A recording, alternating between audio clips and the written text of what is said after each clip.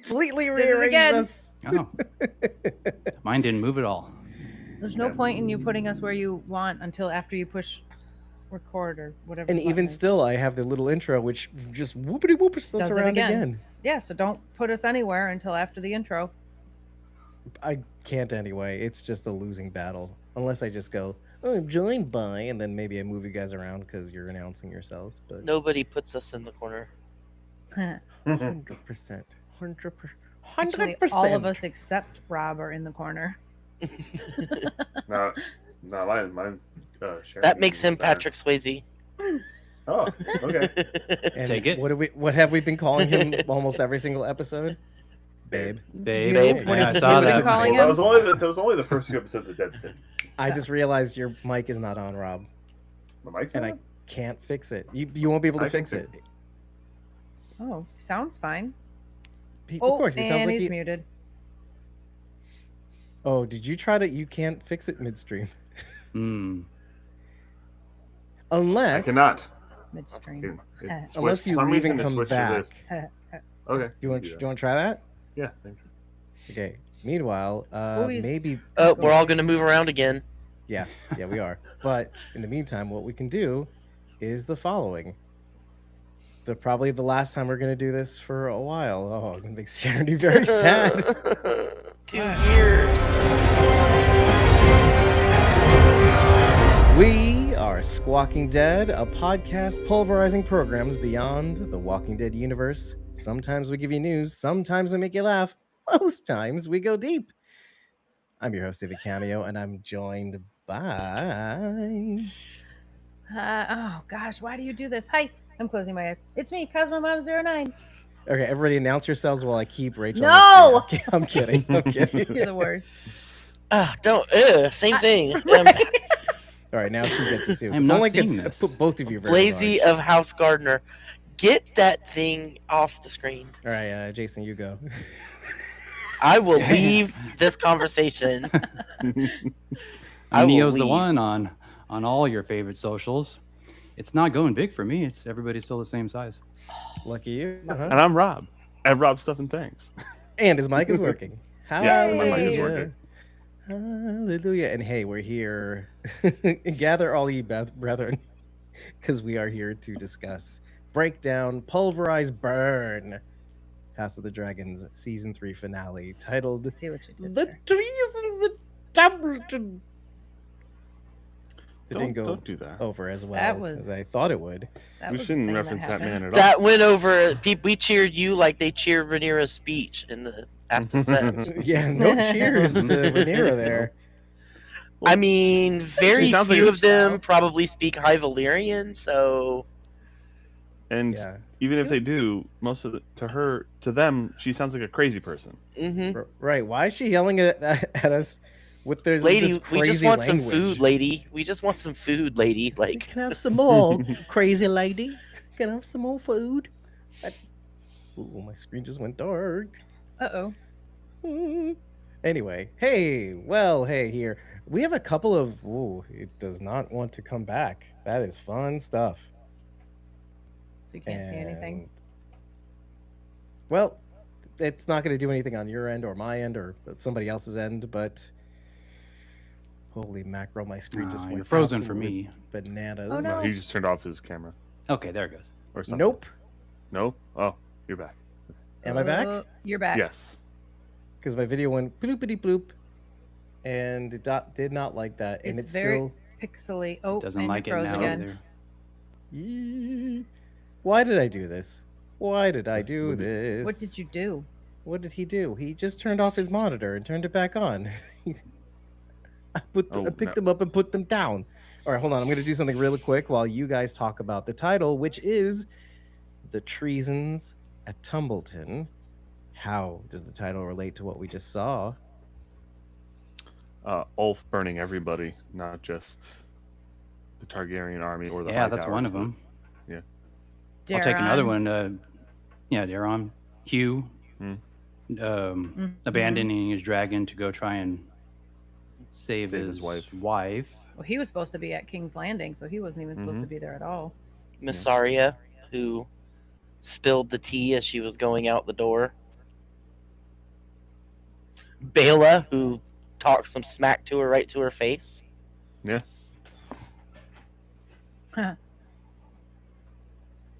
I guess like Daemon's the only one who didn't commit treason in this episode. Surprisingly.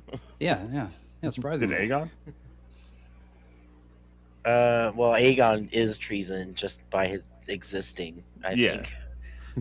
Well, technically they all are. Because if he died, then it would be Aemond. Aemond. Yeah. Well, Aemond I is thought there just was one completely with- whipped, yeah. bro. Yeah, really. Complete 180 for him from what he was at the beginning of the season to now. Was there some treason with Corlys? Or it was Darren Meh. and Not really. committed He was treason trying. against I don't. Well, I mean, unless they their considered cousin, right? unless they considered Corlys trying to broker a peace deal treason, which Yeah. Daemon basically was like, "Yeah, you're treasonous because you're trying to make us split the kingdom. We want to take over the world. We're not going to split the 7 kingdoms up." Yeah.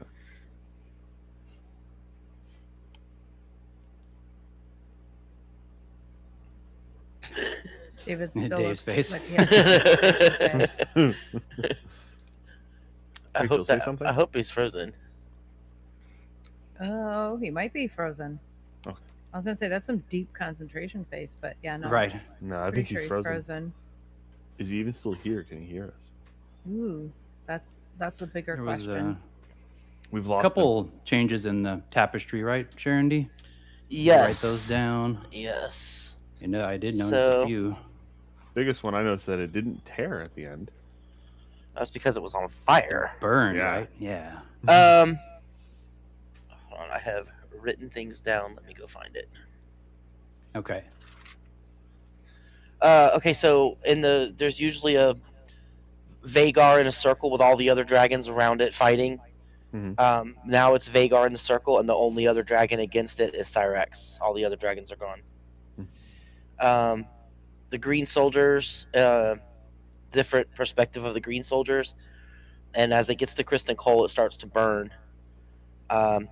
There shows soldiers getting burnt, and they have the Mutin sigil.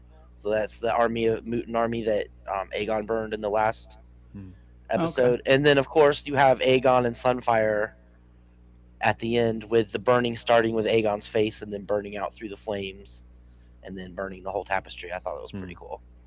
Yeah. It did look really cool. It's like we lost Dave. It's your He'll show be now, back. girls. He'll be back. So what's the okay? Obviously, we know the fate of the dragons in the grand scheme of Game of Thrones universe. But what's the significance of Cyrex and Vagar being the only two left on the tapestry? Or I Yeah. mean, so I have a theory, but I don't want to say anything because it would be spoilery. okay, okay, But yeah, I mean that, or so many dragons have like Elf crossed over, so now Elf isn't against them. Vermithor's not against them anymore, not against Vagar. But again, I think it has to do with some things that will happen in the future, and I don't really want to say anything about it. okay. That's fair. Yeah.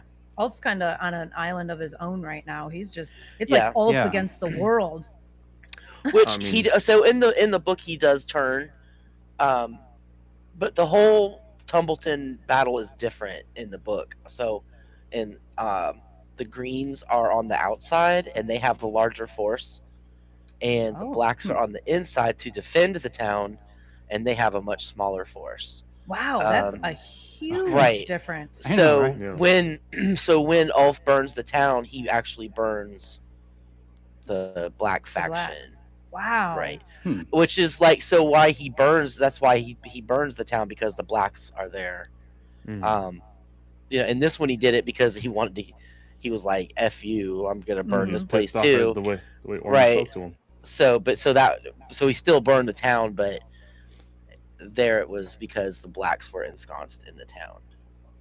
Okay. Daemon wasn't even in the Battle of Tumbleton in the books. He was somewhere Hmm. else. Hmm. Which has to do with the dragons we were just talking about a minute ago. Yeah. But yeah, there was also another writer that turned in the books who did not in this one, so I'm not gonna say it. Might come 'Cause later. I'm sure they might do it later, or they might change up that writer's story completely. We've As seen they them do are that. been doing, yeah. Because Yeah. we're denied that alternate history. Unless I missed something, which is completely possible because I am who I am. I'm very disappointed that we didn't see Vagar before the end of the season. Yeah, Oh, yeah, it was he's been too. gone. But she's expensive. That's a good point. Yeah, them big dragons need a lot of food. So Yeah, she eats a lot of because sheep. dragons are From, real. Yeah. Everybody. Yuck. Plus, they gotta have a. They need a big dragon latrine out there. That's just too much with Vagar. They blew the budget on too much sheep stealer this season. Yeah. I mean, I liked this episode. It was a nice big spectacle, but I really feel like the set piece was the dragon battle in the last episode. Like that was the one that had me going. Ah! This was like, it was fun. I enjoyed it. It wasn't the big blasting ending I was looking for, but it was still great. I was so happy to watch Ormond die. Yeah, that was great. Which is also And like the way pretty it much happened. pretty much the way it happens in the books. Roddy the Ruin does get his arm cut off and then goes through another man and gets to Ormond. And he kills Ormond in the book, which, I mean, Ormond wasn't going to survive that stab wound, so technically he did kill him. If the dragon hadn't burned him, they still would have died. So, put me out of my misery. so like that is the way it pretty much happened in the book with I Roddy was the Ruin really taking him hoping out. he'd get pooped on by a dragon, though. Yeah, we didn't get that. Yeah, Almost with Ulf right there. Yeah. Because he was Yeah. the pooper. Almost.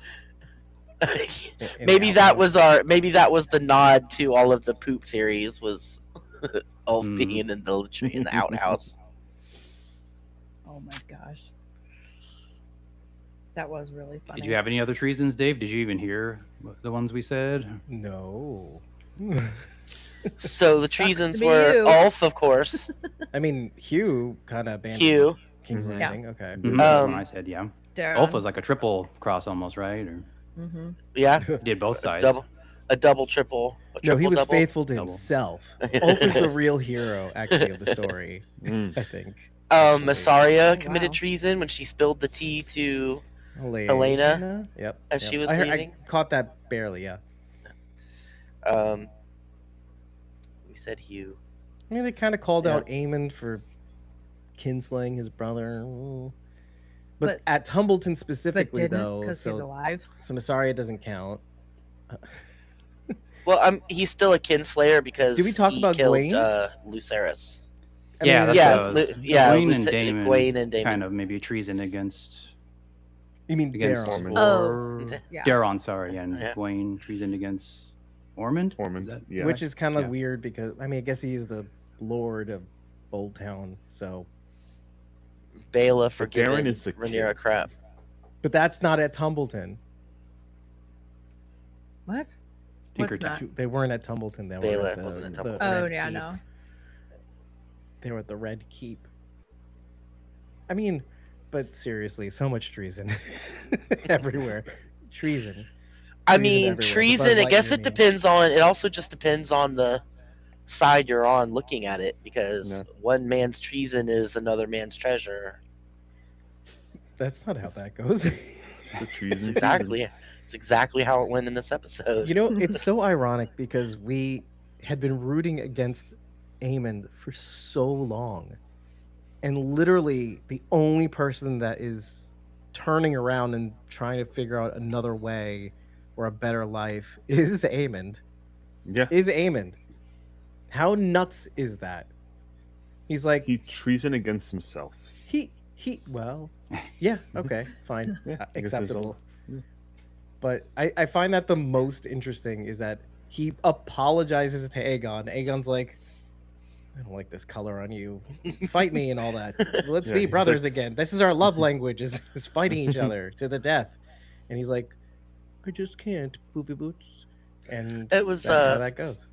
it was kind of like, it reminded me of the main show when Olenna met Tyrion for the first time, and she was like, I heard that you were like this brash mouthy guy, and here you are, just a little henpecked accountant. And she was like, "I'm so disappointed." I was like, "That's kind of how the scene made me feel."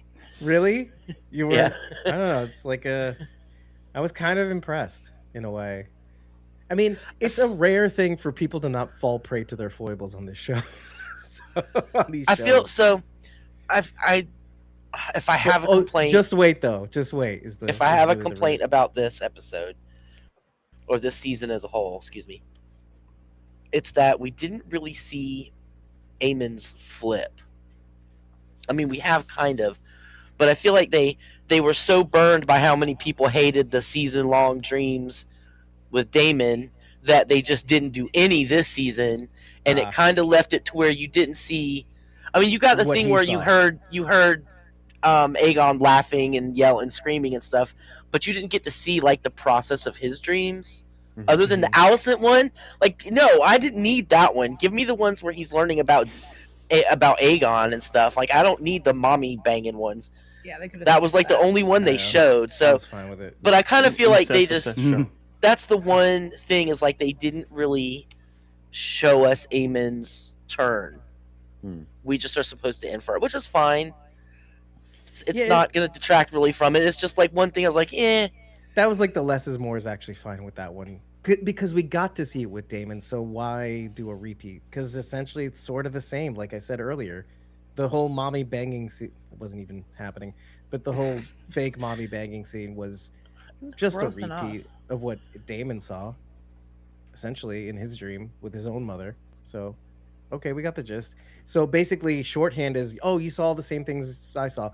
There was one thing that they added in this episode, though. You didn't talk about it yet, right? I don't know. Say it. Probably not. So there was something where he says, right before the end of that first dream, he says, "Help me," right? But which we heard from the last episode. That's before he fell from his poison to Alice. But he says two things. He repeats one statement that says, "Do you remember?" and "Do you remember?" twice. Do you happen to know or think about what that might mean? This is mostly a Sharon D question, but I think I know. I mean, I don't really know. Isn't that interesting? I mean, it's. I mean, again, this is one of those things where I could put out a theory, but it would be spoilery, and I don't want to do that. So okay. Was he saying it too? I feel like we need to have an episode with these spoilers, though, because maybe start making a list. It's like start making a list, birds, baby. And who was saying it? Who was he saying it to? Well, he was saying it. We don't know who was saying, because it was something we heard in his dream as he was waking. But it was his voice. His someone voice, his own speaking to voice. him. No, it was his Which own could voice. be Daemon, I guess, because if he's himself and this twin of Daemon in this Harrenhal dream state. They But were that's the almost more best- twins this episode. Yeah, I know. John Roxton almost made them twins. John Roxton Damon put got up a offended good forgot by fight, about that. boy. that. Yes. Yeah. Yeah. Yes, John thank you. Roxton Remind put up me. a good fight, man. That was a good fight. This was okay. It was pretty bad. I know That sword of his, the great sword. Right. So they both have Valyrian swords, Okay, hold on. which was we part- totally crushed Rachel. Rachel's I'm spirit, sorry. Actually, I saw her face and I felt really sorry, bad. Rachel. I got enthusiastic. I'm sorry. You did. The RoboCop. I was just gonna say that I like this fight too, and I know earlier I expressed like maybe a little minor disappointment in the episode, but that's only because to me it didn't feel like a season finale. This felt like a ramp up, you know. Yeah, And it felt like the season. now I'm like, now what? Oh, I mean, isn't that left you kind of wanting. Game of Thrones MO though? You get the banger in the next to last episode, and then you get the Don't Right. talk about Damon. Yeah. And Yeah, And then you get two sort of- episode sevens, though, And then right? you get sort of the cleanup in the next one, Yeah. and then Oh, a why did you setup, say that? and then a setup for the next season. Yeah. I feel like we missed the setup.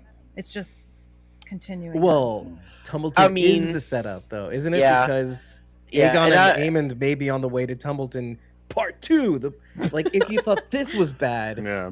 oh my true. god. I mean, slight spoiler, but there is a second Battle of Tumbleton.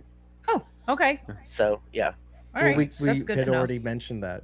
Yeah. In it. So, no, there you go. You're spoiled. I also Deal with it. agree, David. I wouldn't mind a spoiler episode, because we know that they change things up sometimes. So even whatever you share with us could ultimately change. Well, and if we contain it to one episode, and say where like, people spoiler, can spoiler, elect. spoiler, like don't watch. I made it out of clay. And when it's dry and ready, Alicent and Aemond will play. Sorry, that didn't sound right. Oh, all right. Anyway, So clean up in the next Drive episode. when they're gonna do that. in the behind the scenes, they said that part of the reason they decided to pair up Roxton and Daemon was because they both have Valyrian steel swords. Oh my god. Daemon has Dark Sister, and John Roxton has Orphan Maker. Yeah. Yeah, no kidding. That great sword against his regular broadsword. Mm-hmm.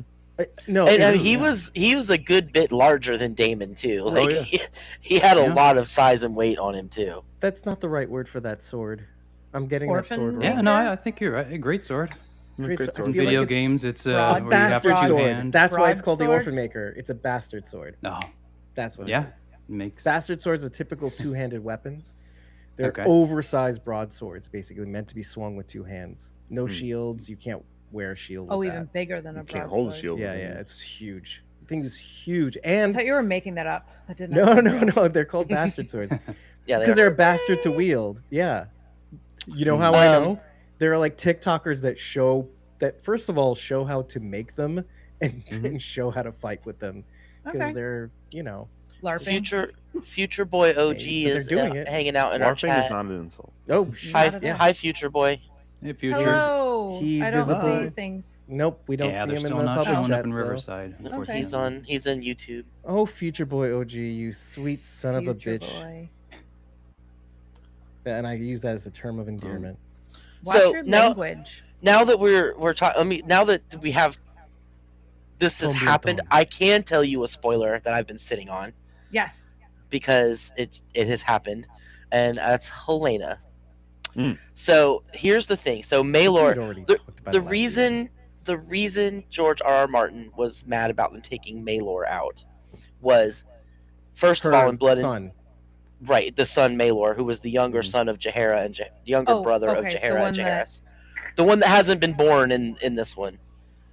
Maelor is the baby she's having right now, but in the books.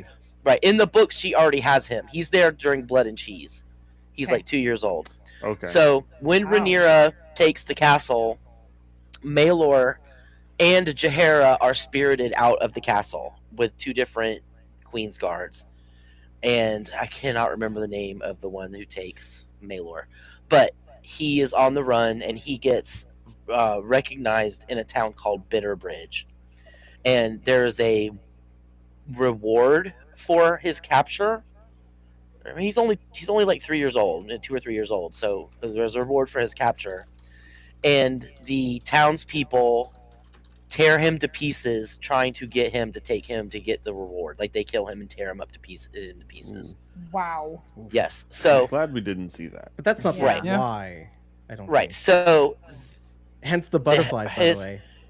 right, his head gets sent to Helena, who then falls into such depression that she kills herself. That's why she kills herself in the book, because she's so destroyed by getting her son's head. Oh my I think. God. Maybe she saw it. That's terrible. So in her vision. now the reason George was mad because the death of Maelor, which sends her over the edge, is a catalyst for something huge that happens that I'm not going to talk about in the next season. But I guess he was like, well, how are we going to get to the point where she kills herself over Maelor if you don't have Maelor in the story? Sure. But they went around it a different, which I think this was just as it was just as effective without having to torture a child. I agree. Yes, I agree. For those who know Ikiak, right? Ray, why did you laugh when Because she it said was so not funny. she mailed her head over to... Oh, not. Yeah. But what were you think? No, there's something there. What? It's not. Is it funny just because it's gory and whatnot? Yes, that's Okay. so over the top. I thought she was trying to sneak in a dirty joke there. No, She gave her head. I laugh when I laugh when things are not I funny. felt so bad for the kids in this episode. Oh my gosh. I was hoping we'd see some kids pissing themselves because I would. Of course. I would. I would as an adult. Vomiting, pissing themselves. Yeah. The juxtaposition of Ormond telling Daeron, you have to protect women and children and do the right thing, and meanwhile he's putting little kids on the battlements. He's using them as human shields. Okay, I wanted to ask. By the way, did he do that thinking? I don't know. Daemon would be like, "Oh gosh, there's kids. We can't attack the kids and make Rhaenyra look like a monster," because she said, "Don't make me look like a monster." So if they put the kids out front, maybe they wouldn't attack. Or was he trying to just put anyone who could wield a weapon out there to fight? He said in the episode. It was definitely, I'm going to put these kids out here so that they have to flame them and make Rhaenyra look bad. Because the small folk would totally turn on her. Or she just won't attack because she doesn't have the stomach for it. Things he said in the past episodes. Well, sure, that's they're also believing what Ulf has to say about it. Like, like he's talking like he's like their right hand and knows all the stuff that's going on in the castle. Oh, yeah, he's not being pushed to. They haven't. Ulf hasn't been there to see her being pushed to the brink, basically. Yeah. Ulf knows nothing. But I mean, a lot's happened since he's fled, basically. Yeah. The towns, the small folk already are already dislike Rhaenyra, and I feel like they haven't really pushed this point in the show. They said it this they episode. already hate her because of blood and cheese, which was Daemon's doing, not hers. Right. But they blame her for it, and so like she's already on the outs with the small folk, and I don't really know why they didn't kind of push that point in this season, but that is a big problem. And then of course there's hunger, and there's also a bunch of taxes that Lord Celtigar, who is the master of coin in the books, has levied on the people, and so they're mad about that too. But not here. It seems like because it looks like they don't listen to Mantle. Well, he's like, I've mentioned putting a tax, and they're just like blow over what he's saying. Well, let me go back to the human shields thing because it was kind of funny because let me channel the spirit of Bridget, who is not with us today. She is with us in life, but she would say, "Oh, do you get it?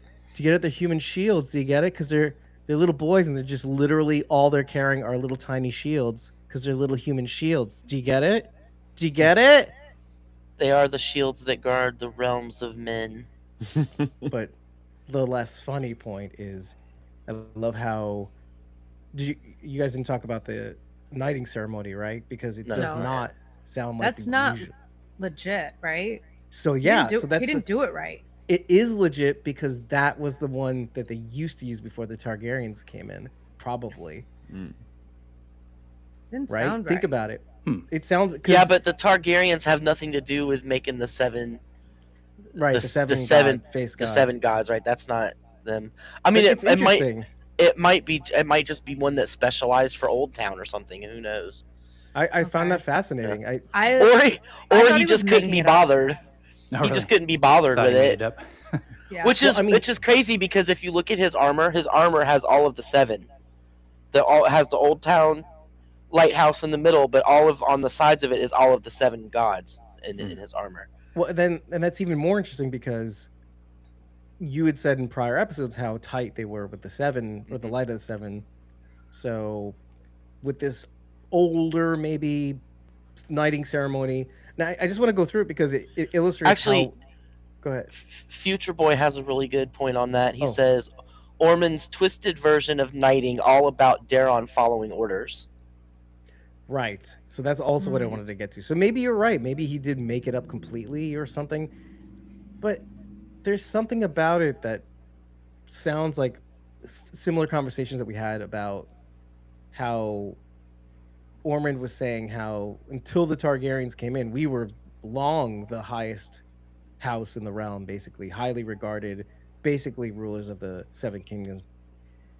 And they kind of touched upon in this episode too, how we were separate, but we were kind of united. We didn't need to be tied together with one ruler to rule us all. But when they were trying to figure out how to split up Westeros in that little conversation that Gwaine has with Corlys and Daemon. But the knighting ceremony I thought was really interesting, only because throughout the ceremony they're doing the things, protector of small women and children, and defender of the weak and defenseless, and it's like you're putting all those people in vulnerable spots throughout the entire Tumbleton, and boarding in their houses, right? When you get to see the point at which Cat sort of gets dispatched, you don't really get to see it, but you see a Greybeard come in with his arm cut off. Sorry. And then the Hightower guy comes from behind in the back of the house. You don't even see him at first. You see Cat. He comes in from behind another room and then immediately throws Cat at the Greybeard, or whatever you want to call it. And it's just the worst. It's the worst. So it's like, okay, and to the backdrop of this fake knighting ceremony, it's just so despicable. Lest you fall prey to some of the Gwaines and the Darons, not to paint with the same green brush. If you felt any sympathy for the Greens, this is meant to really disgust you overall, essentially. It's also the knighting ceremony is meant to evoke feelings of pride and, you know, work you up to being a knight. You know what I'm saying? Like, makes you excited to be a knight. And this was like, he was just like, yeah, you're a knight now. Okay, we're done. There was no what's the word, a pomp or circumstance to it or anything. And that's partly because he doesn't want Daron to rule, because he wants to use Daron as a puppet. So it's like, yeah, you're a knight. You're told. Right, you're a knight, but just do this what I tell you to. So and it was Lord Liege, yuck. It was all about Ormond keeping control. Yeah, which he was never really truly in control. Well, if you all want to feel better, when Ormond cuts off Roddy's arm and it squirts blood in his face and he kind of goes, it allows him to get a couple licks in because he's just so weird and wonked out. Love it. Finally, what a finally, a guy got SA'd instead of a woman. Whoa! By a knife. And then the last words, or sort of proper. It's a proper effing from the north. I'm like, I don't know if I like that. Actually, in the behind the scenes, they said they kind of changed that at the last minute to do that. They hadn't planned on doing that at first. But they thought it would be really cool. This is a Tommy Flanagan ad-lib. Good change. Or I'm gonna make a motion, like I'm gonna put a knife in his buttocks. But that's not how he talks at all, by the way. Just wanted you to know. And then they're like, "Yeah, this is gold. This is gold. Let's do this instead." And then George R.R. Martin's like, "More butterflies. I don't like it. It's not part of the books." He doesn't get knifed in the butt. Him chopping a child across the face with an axe. Just for getting tapped in the leg with a stick. Yes, like, that was it's like messed up. Yeah, some children. It's the killed. Funny, the bloodlust of war, man. I guess, yeah. You gotta amp yourself up to just. Of course, these people want to die too, so they don't want to get. They have a job to do. And that's I love when he's like, "Well, the gates are open and we're still alive, guys." They're like, we're supposed to be dead by now." Right. Let's find the. You're so okay with all those bad words that I can't say. Well, let's go to the chat. What's really great is, I'm sorry to interrupt, but what's really great is Ormond went out by the thing he hated most, which was a dragon. Mm-hmm. Okay, before I go to the chat, as much as we wanted to see a Duke Harris moment, right? Mm-hmm. The just dragon poop falling on Ormond and all that stuff. Did you prefer this, or would you have wanted to see more the Duke Harris or as his end? I wanted to see Duke Harris because we've never seen it too, before. But I kind of there's just no better than Roddy just giving the way they exactly. He could have gotten the that. North. He was still dead from that wound, so we could have gotten a Duke Harris on him after that. I think he could have survived. Honestly, he could have. No, they don't have colostomy bags in Westeros. Yeah, they don't. He's dead. I mean, he could have like a little. I mean, he did outhouse thing. He did joke. Remember a couple episodes ago, he was like, "Watch your backs," when they were going to the shower. So he got the Gwaine. proper homophobic. Watch this guy. This guy, True. watch your backs. Lean against the wall when you're near Gwaine. Well, you just face the north, buddy. You got your Faced the north with his south. yeah. I did not exactly. realize Balloon! how little Gwaine was until he was up next against Roddy and Corlys. Like, which They're I also love that very, he was like very shielding himself behind Corlys a little bit. Yeah. Like, if you're gonna get me, you got to go through him. I feel like they kind of had to touch on that a little bit. Like, I've seen more meat on butcher's knives. One of the complaints I've heard about this episode is that it was too funny. I'm like, so all through the rest of the series, everybody's complaining there's not enough humor in it. Funny. So now there's a little bit of humor. Everybody's like, oh, it's not as serious as it's supposed to be. Like, people, make up your minds what you want. Like, I thought it was great. You have to have a little bit of humor to Especially cut with the all- absolute terrible stuff that's going on. Like, there has to be something. Horrible. It's horrible. It's King's Landing being burnt by Daenerys horrible, which is interesting because I'd finally connected the gray mare imagery that we'd seen in the last episode, at the very least, to the horse that Arya sees at the after the burning of King's Landing. It was very much. I very much got those vibes, Arya, Finally, at the end of after King's Landing.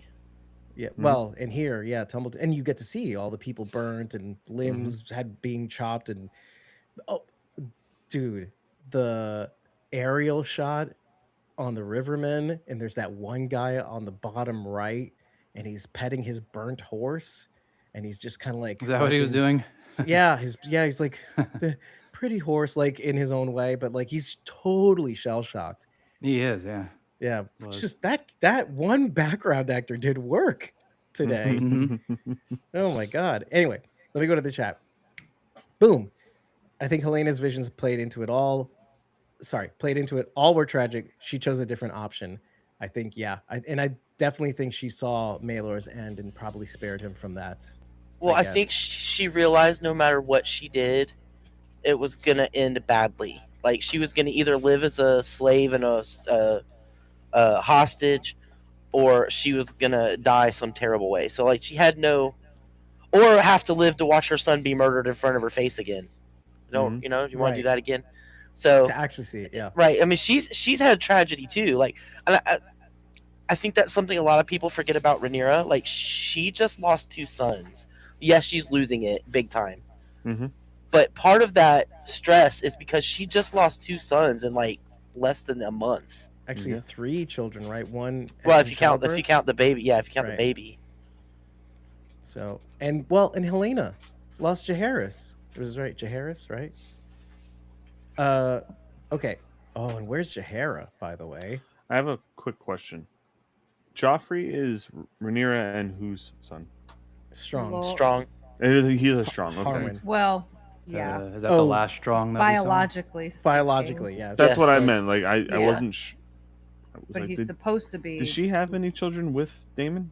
Yes. did, okay. Aegon and Viserys. I feel like we've asked this question at least 2 other times, but you weren't Yeah. here for It that, Rob. bears You weren't here. repeating. You weren't here, to be fair. Mhm. Well, those because again, we don't those see these kids ever. Are they the Right. ones on the way to Pentos? they were the ones on the way to Pentos, and in the books, they are the ones that started the battle. The Not gullet. the kids, but Yes, they did. the, It was the them kids. being kidnapped were the ones that started the Battle of the Gullet.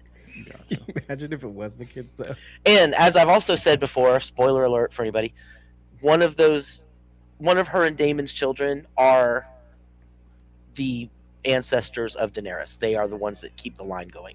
Gotcha. Right. She's just not going to tell you which one. But, okay. Let's keep going. Her only good vision was Myssaria's. Do you want to elaborate on that, or is that one of Hold those on. things? It's from Well, when I she don't saw know. I'm still stuck on the lineage here. okay, probably best not to continue that line, though. Why? Spoiler, the territory-ish? I don't know.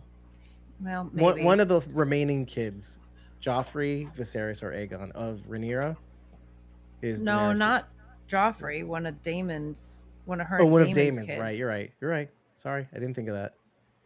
Which would have to necessitate the death of Joffrey. Sorry, you just spoiled. No, not. Death. I mean, Yeah, Well, necessarily. yeah, I guess because he's. Sorry, that's No. how that works. I was schooled. Well, I mean, they all die eventually. I think everyone dies. But- Not everyone truly lives, though. Well, I mean, I've had This is the something I need to ending write down. of Rhaenyra's reign spoiled for me. Okay. Excuse me. I feel like I don't know where this is going to go based on purely the butterflies that just bloomed when Helena died, because it's not the season yet, right? It's not her time to Bloomed? die yet. Who they emerged from their cocoons. They flew. From their cocoons. Do you remember how you saw the inchworms, the little caterpillars? Do you remember you see the caterpillars? And then they're the poisonous ones and the poisonous butterflies. Nope, don't touch it. The cage is open at the end when Helena dies. The cage is open. So Which I've also heard people say that she didn't jump, that she tried to escape down her tapestry. Yeah. But it wasn't Heard that tied. too. It wasn't tied to anything. It wasn't tied to anything. Right. So I don't think that's the case. I think she was just like this. Be true.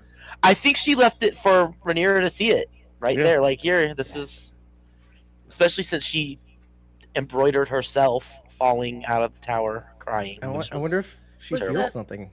Was that a depiction of Rhaenyra covered in blood? Yes. Mm-hmm. Okay. It was so perfectly. I'm like, okay, is it a pattern on her outfit or is it blood? It was blood. Yeah. And if you also look behind her in the flames, her Cyrax is in pieces. I did see a dragon. That was all I could make out. I was gonna say it's Sheep Stealer's revenge.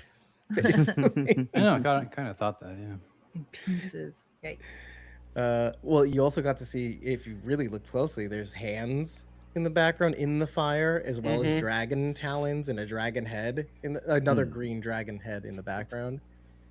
Typical green dragon. I watched the behind the scenes for the finale, and one of the things they showed was Helena's not full tapestry, but a good chunk of the tapestry. And it's not the opening one, it's the one she's doing.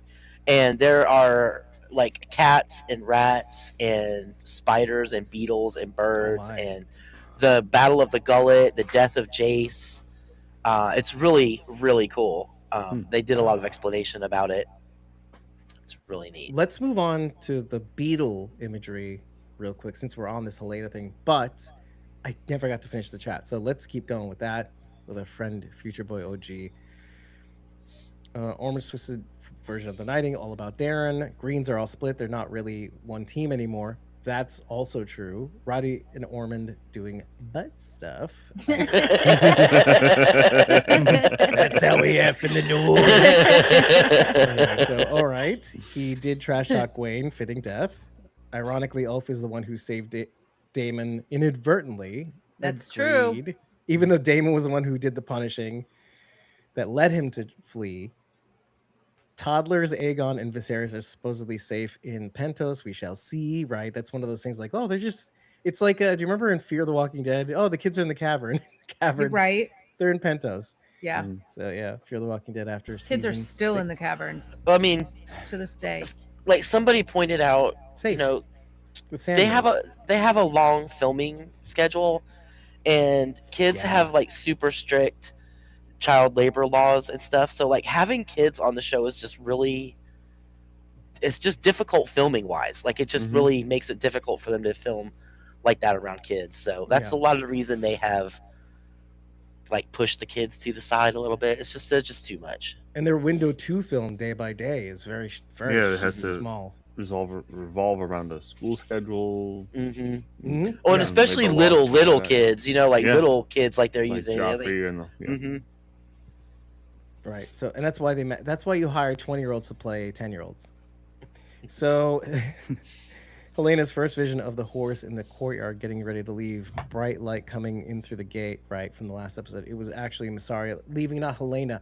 That's what you're referring to. Yes, thank you, Future Boy OG. He was referring to Helena's vision of Mysaria leaving, not her. Oh, okay. And now you see why much better.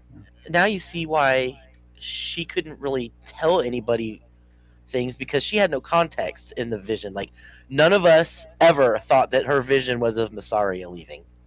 Like No, so we so couldn't why tell. so Although her context, she has no context either. So when she just sees flashes of things, she doesn't know what she's seeing or what's important. it is interesting though. We would have never been able to predict it, but it was interesting as they passed each other. They were wearing similarly colored blue, like exact color blue, by the way, but even down to even the pattern in Helena's dress and Massaria's silk cape with the hood. They were just a similar color, as though they were kind of connecting the dream too.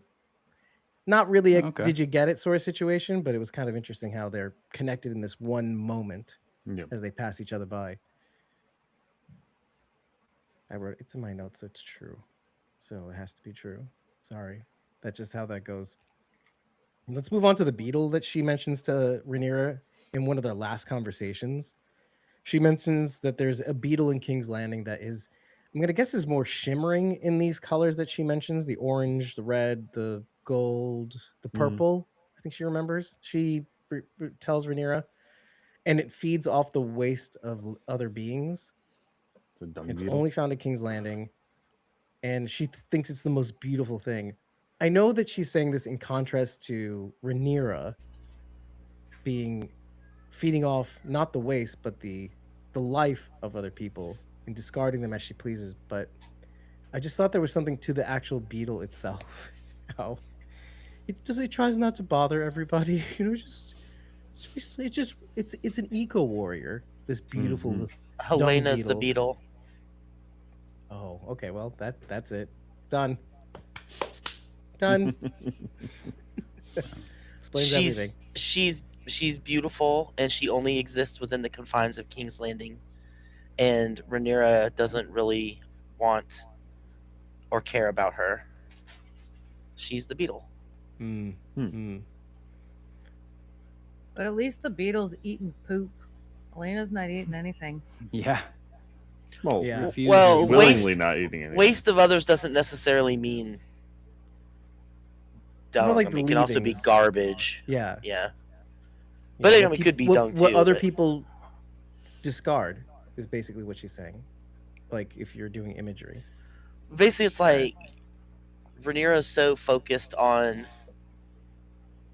making sure she's legitimate that she's missing all of the beautiful singular things around her and destroying all of the singular people, all of the special people who only exist at this time, and they're the only ones that look like this, and they're all just being destroyed because she's so intent on her authority and legitimacy. I love it when she called Rhaenyra ugly, Mm-hmm. and not in a physical appearance kind of way. I don't know why, but I just think that is such a stellar insult to call somebody ugly. Well, it's like such a sting. And digging even further, I to know. be the things that you love and want and desire are ugly. Everything about you is ugly. I know, but like there's a lot of insults out there, but I feel like calling someone ugly when you're not talking about their appearance, right? That's like especially. It's very biting. Yeah. She needs to eat some makeup so she'll be pretty on the inside. Maybe she did, and it didn't work. I don't know. That must be all she had left to put on her eyes. Yeah, she was just like, her eye makeup was a choice at the end there. Yeah. They do talk about that in the behind the scenes. Basically, they were like, we wanted something simple that Rhaenyra would be able to do by herself. I'm like, it really distracted me for a long time because I was like, is she supposed to be like, why is she tired? I mean, is it from crying? What? It looked like they were trying to change her eye shape to look more like a dragon. You know what she looked like to me? That's a good point. The evil queen from Snow White. Maleficent? Is it Maleficent? Queen. No. The evil. Oh, no. I'm sorry. Yeah, she's evil. Yeah, she's got the black head thing with the crown, and her eyes are like really white. Yeah.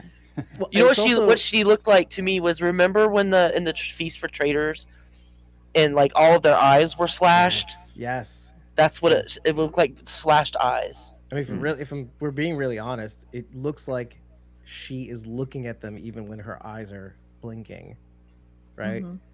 You kind of, I'm always watching you. Be I afraid with my red eyes yeah. too. These are all good things. Future Boy said Rhaenyra reminded me of the Disney Evil Queen too. There you go. Great minds. Yeah, The lag especially because helps. she had the chainmail over her head with the crown over it. She did. Very she was Disney. Very Disney. I saw shots before the show of her in her get up, and I got really excited because I thought she was going to go out and hit the battle. So imagine my disappointment when she just went to the Sept and had Alan kill an old man. Like, what? What? I was so disappointed in that. Okay, I wanted to ask some more questions about that scene too, because she went down there to be anointed. We all knew it wasn't going to happen. Yeah. So she went down there knowing she was going to kill this guy. So was she gonna come out, and why didn't she come out and just like lie and be like, oh, look at me, I'm anointed now? Like, no one gave would believe her. Go ahead, sorry, Rob. I was gonna say no one would believe that because they'd need to hear it from the High Septon. But nothing it was never gonna happen. So no, that's why she said, "Screw your gods." I thought old Valyria. The answer's what was in the that question. Move for? The answer's in the question. It was for her. It was a very bad move because now she just angered everybody who believes. Probably in the Seven. Maybe. So like, maybe. But she's losing it. Like she is just not thinking clearly, and she doesn't trust any of her counsel. Some with good reason. And the only person that she does trust is gone, but he is like the worst influence of all. Like he is the devil in her ear. Yeah, he is the devil in her ear telling her to make, which like he makes points, right? He makes good points in what he says. And what he's saying is not entirely wrong. Yes. But in this situation, it is very wrong what you're telling her to do. And we are, the lesser gods don't matter. We are of old Valyria. And then she uses that argument on Alan later. With Alan, yeah. And see, but the thing is, Alan might have been raised in the Seven because he wasn't raised as a Valyrian. Right. He was raised in the dockyards by his mom. So he may believe in the Seven. He had a tough time. He probably doesn't believe in either, though. Yeah, exactly. So I'm even thinking about the thing that made Alan so great was that he was connected to the people at the very least. His people respected him. He made it to where he was because people trusted him and elevated him from the ground up. It was a grassroots campaign, or not a grassroots, but what would it be, a water up campaign? Because he was on the sea. So waves. A waves up riding campaign. Riding the wave of grass or of the sea. So well done. So that's the difference. And now it's top down. It's like, well, I'm just dispatching my duty. Which when Adam and he bumped into each other in the courtyard, I couldn't listen. We know what's happening, and as much as you want to yell at Alan, hey, look what's gonna happen. She's gonna make you do some crazy stuff. You can't fault him because what is he supposed to do? Not listen to his queen? Yeah. And I mean, and Adam's not even being fair to him either. He's saying, well, you're just trying to suck up so you can actually have power. It's like, when has he ever done that? When has he ever done that? Why would you do that to him? As we have seen, power corrupts. And it happens in real time right here with Alan. Although I kind of sided with him a little bit, if I'm being honest. Alan or Adam? There is a part of me that says Daemon is right in the sense that their gods are just cooler than the other gods. But obviously they're right too, because it doesn't matter if they're better than your gods. If my gods are better than your gods, you have to win over the people. If you don't win, my screen's doing something funny. But if you don't win over the people, what is even the point? Am I wrong? No, you're right. I mean, so I'm just gonna say that the small folk are more powerful than the crown gives them credit for, and that is something that will be seen in the future. Like they are far stronger than it's the mass, right? There's more of them than there are of the royals and the. It's when the ants realize that is then when everything falls to shit. Well, what? I didn't hear that last word that you said. It's such a weird word I've never heard before. Anyway, it's a piece of the puzzle, certainly, right? And it depends on how you want to approach that situation. You can approach with strength, and it could work, right? If you kill enough people, we learned this from The Walking Dead. You kill enough people, might get them to fall in line. Maybe the right people. Exactly. Maybe even better at the right time. I'm being corrected in real time, rapid fire. Anyway, but we live in this time where we know, hey, democracy is probably a lot better than killing each other all the time. So let's try that. Sounds like a great idea. Future Boy OG says, she tells Alan he's of Old Valyria, then proceeds to tell the crowd only Targaryens are left of Old Valyria. I caught that too. True. Yep. But there's a reason why they're left, because they were chosen. See, I'm gonna turn it back around. I'm gonna turn it back around. Maybe their gods kind of sucked. She looked around to make sure Alan wasn't there. She's like, hold on, he's still been there with the priest. Let me say this quick. Yeah. Exactly. I loved the look that Manderly and Orwell exchanged while she was up there ranting, and they just kind of looked at each other like, oh my god, what have we gotten into? Because this lady is crazy. We can never leave.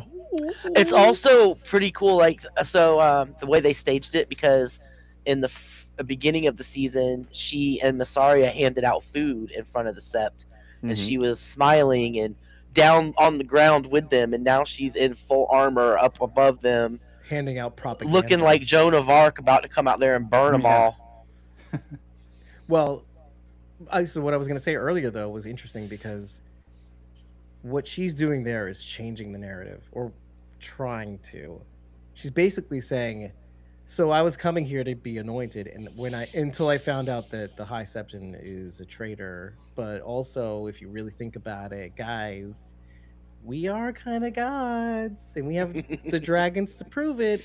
But not only that, here's a story that you've never heard before that I bet George R.R. Martin, you don't know who he is, but he's actually our one true God. He hates this part because this is nowhere in the books. This prince that was promised, that I'm saying in High Valyrian so you don't understand what I mean by that. Basically, she's doing the thing that politicians do, which is she's doing the politician-y thing. She's changing the conversation. She's basically saying there is this threat over the wall in the north. And so what about it? Guess what? But I mean, she's not wrong at the end of the day. And maybe it's more for us than it is. We're the small folks. Deport the White Walkers. Yeah, exactly. Deport the White Walkers. I'm 100% in Rhaenyra's corner. It's gotta be me. I'm making myself die here. Yeah. But the idea is, she's changing the narrative. She's fear mongering, but also giving them a new religion, quote unquote, right? The thing that binds and blinds people to follow that. Like, oh, I didn't know that. Why didn't the seven gods tell us about the White Walkers? Why didn't she's basically trying to subvert what they think they know with this new information that has occurred, that didn't even occur to them. Oh, we should be suspicious of the North, and that's why we keep sending people to the North. Hi, Rachel. Yeah, go ahead. I have questions. Go, yeah. So we know winter only comes every so many years, right, Sharon D? Is it on any kind of schedule? No. Is it just random? No. Random. Okay. At this point in time, do we know when the last winter was? Yeah, I mean, it was like 20? So winters are just like regular winters in the real world. They have varying degrees of severity, right? Okay. So like some winters can last 2 years and be mild, and then some can last 9 years and be severe. So there is a long night. I think sometime after a long winter sometime after this happens. like within the next 10 years after this happens or something. And Okay. it's like a super long winter. So, have any of the people we're seeing on screen right now, have any of these people lived through a winter? Have they Yeah. experienced a winter? Yeah. Okay, but just because they've been through a winter doesn't mean the White Walkers always come down and kill people, No, right? the White Walkers haven't been around in 1,000 years. Okay.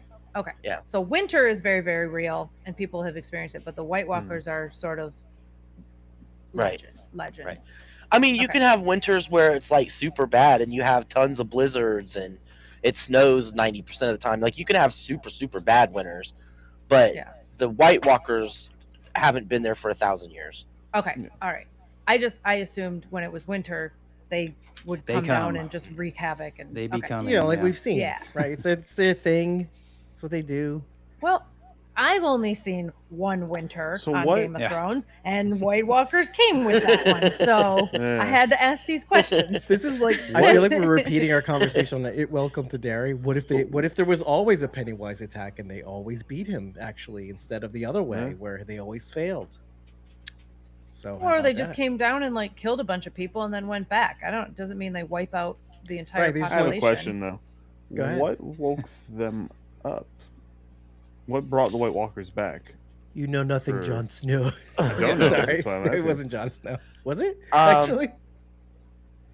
I think it was. So in the show, I don't know. In the books, I think it's the birth of the dragons, but I could be wrong. Mm. I could be Oh. very wrong about that. Mm. I Why- mean, they were defeated 1,000 years ago, and then they were asleep under the snow, and then they came back. So I really don't know.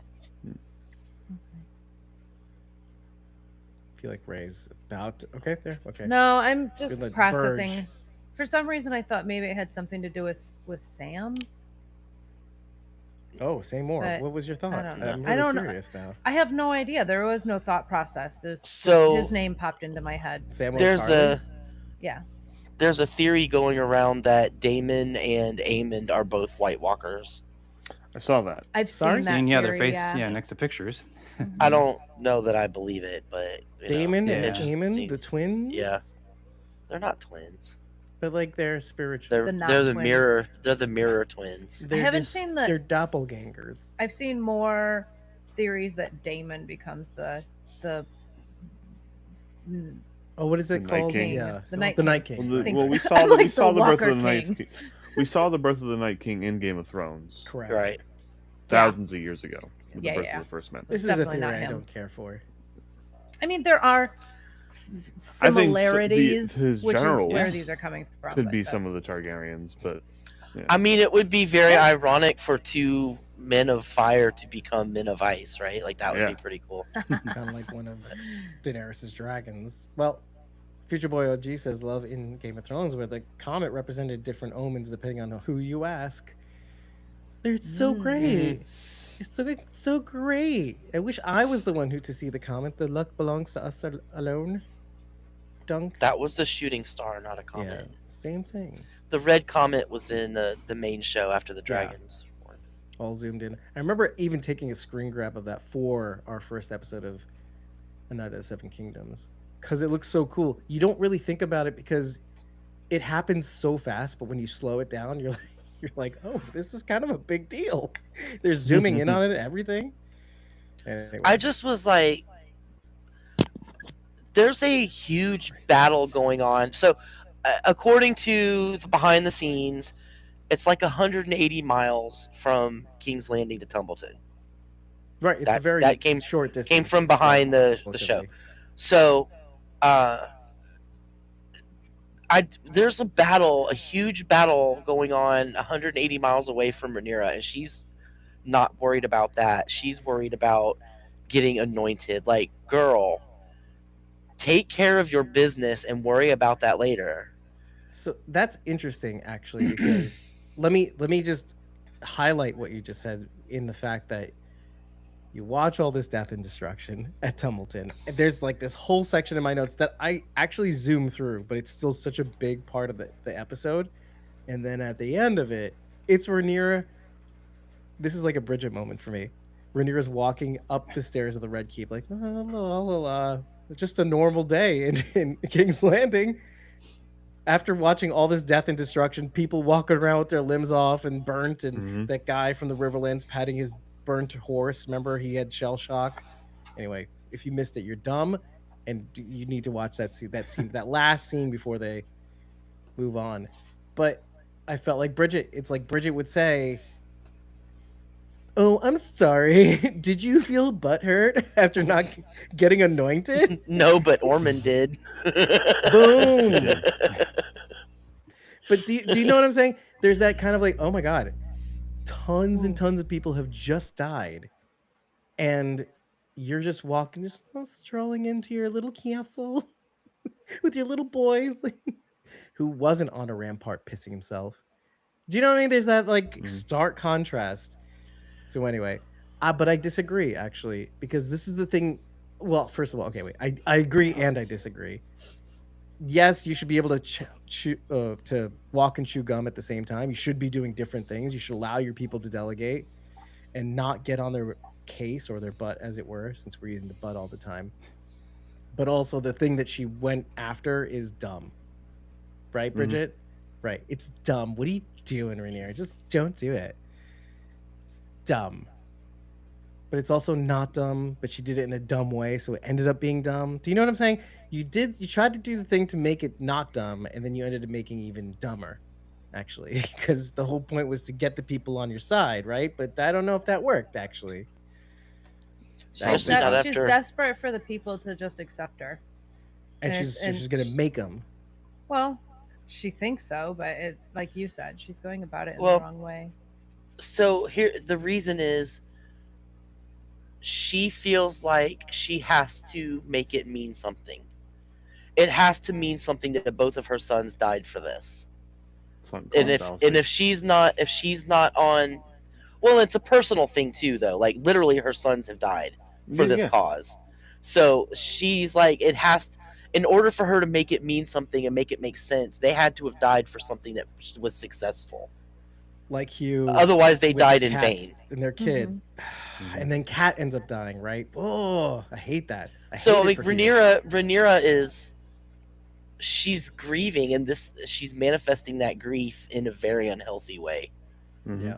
Like she didn't have time to grieve Jace before she was thrust into this, and it has just been nonstop. Right, and now she's like, she's so terrified of losing it, and in that making it so that her sons died for nothing. Well, and maybe even so she's so desperate to hold on to it and make sure that it can't be taken away from her, because she thinks it's all she has left, when it's not. She's literally holding Joffrey's hand, taking to the sept and bringing him back. That you have that. What do you think's gonna happen if? And Pentos, whatever. That's, we don't know. What do you think's gonna happen if she's not on the throne again, and Aegon is victorious? She's dead. She and all of her family are dead. So in her mind, she either stays on the throne and keeps her position, or she's dead and everyone she loves is dead. Well, I mean, if we know that Daenerys is a descendant of Rhaenyra and Daemon, right? Then she, in some way, her line wins. Because that means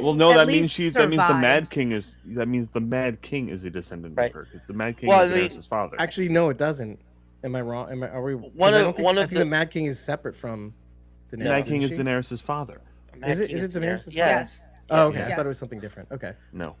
It's also, so one of the things that kind of makes that you realize is that the futility of it. All of this death and destruction just for it to end up with the same line on the throne anyway. Right, and it's just a waste. Well, and it mirrors what the choice that was given to Daemon in this episode, and it boils down to, we can go over the technicals if you want to, but it boils down to what Corlys says.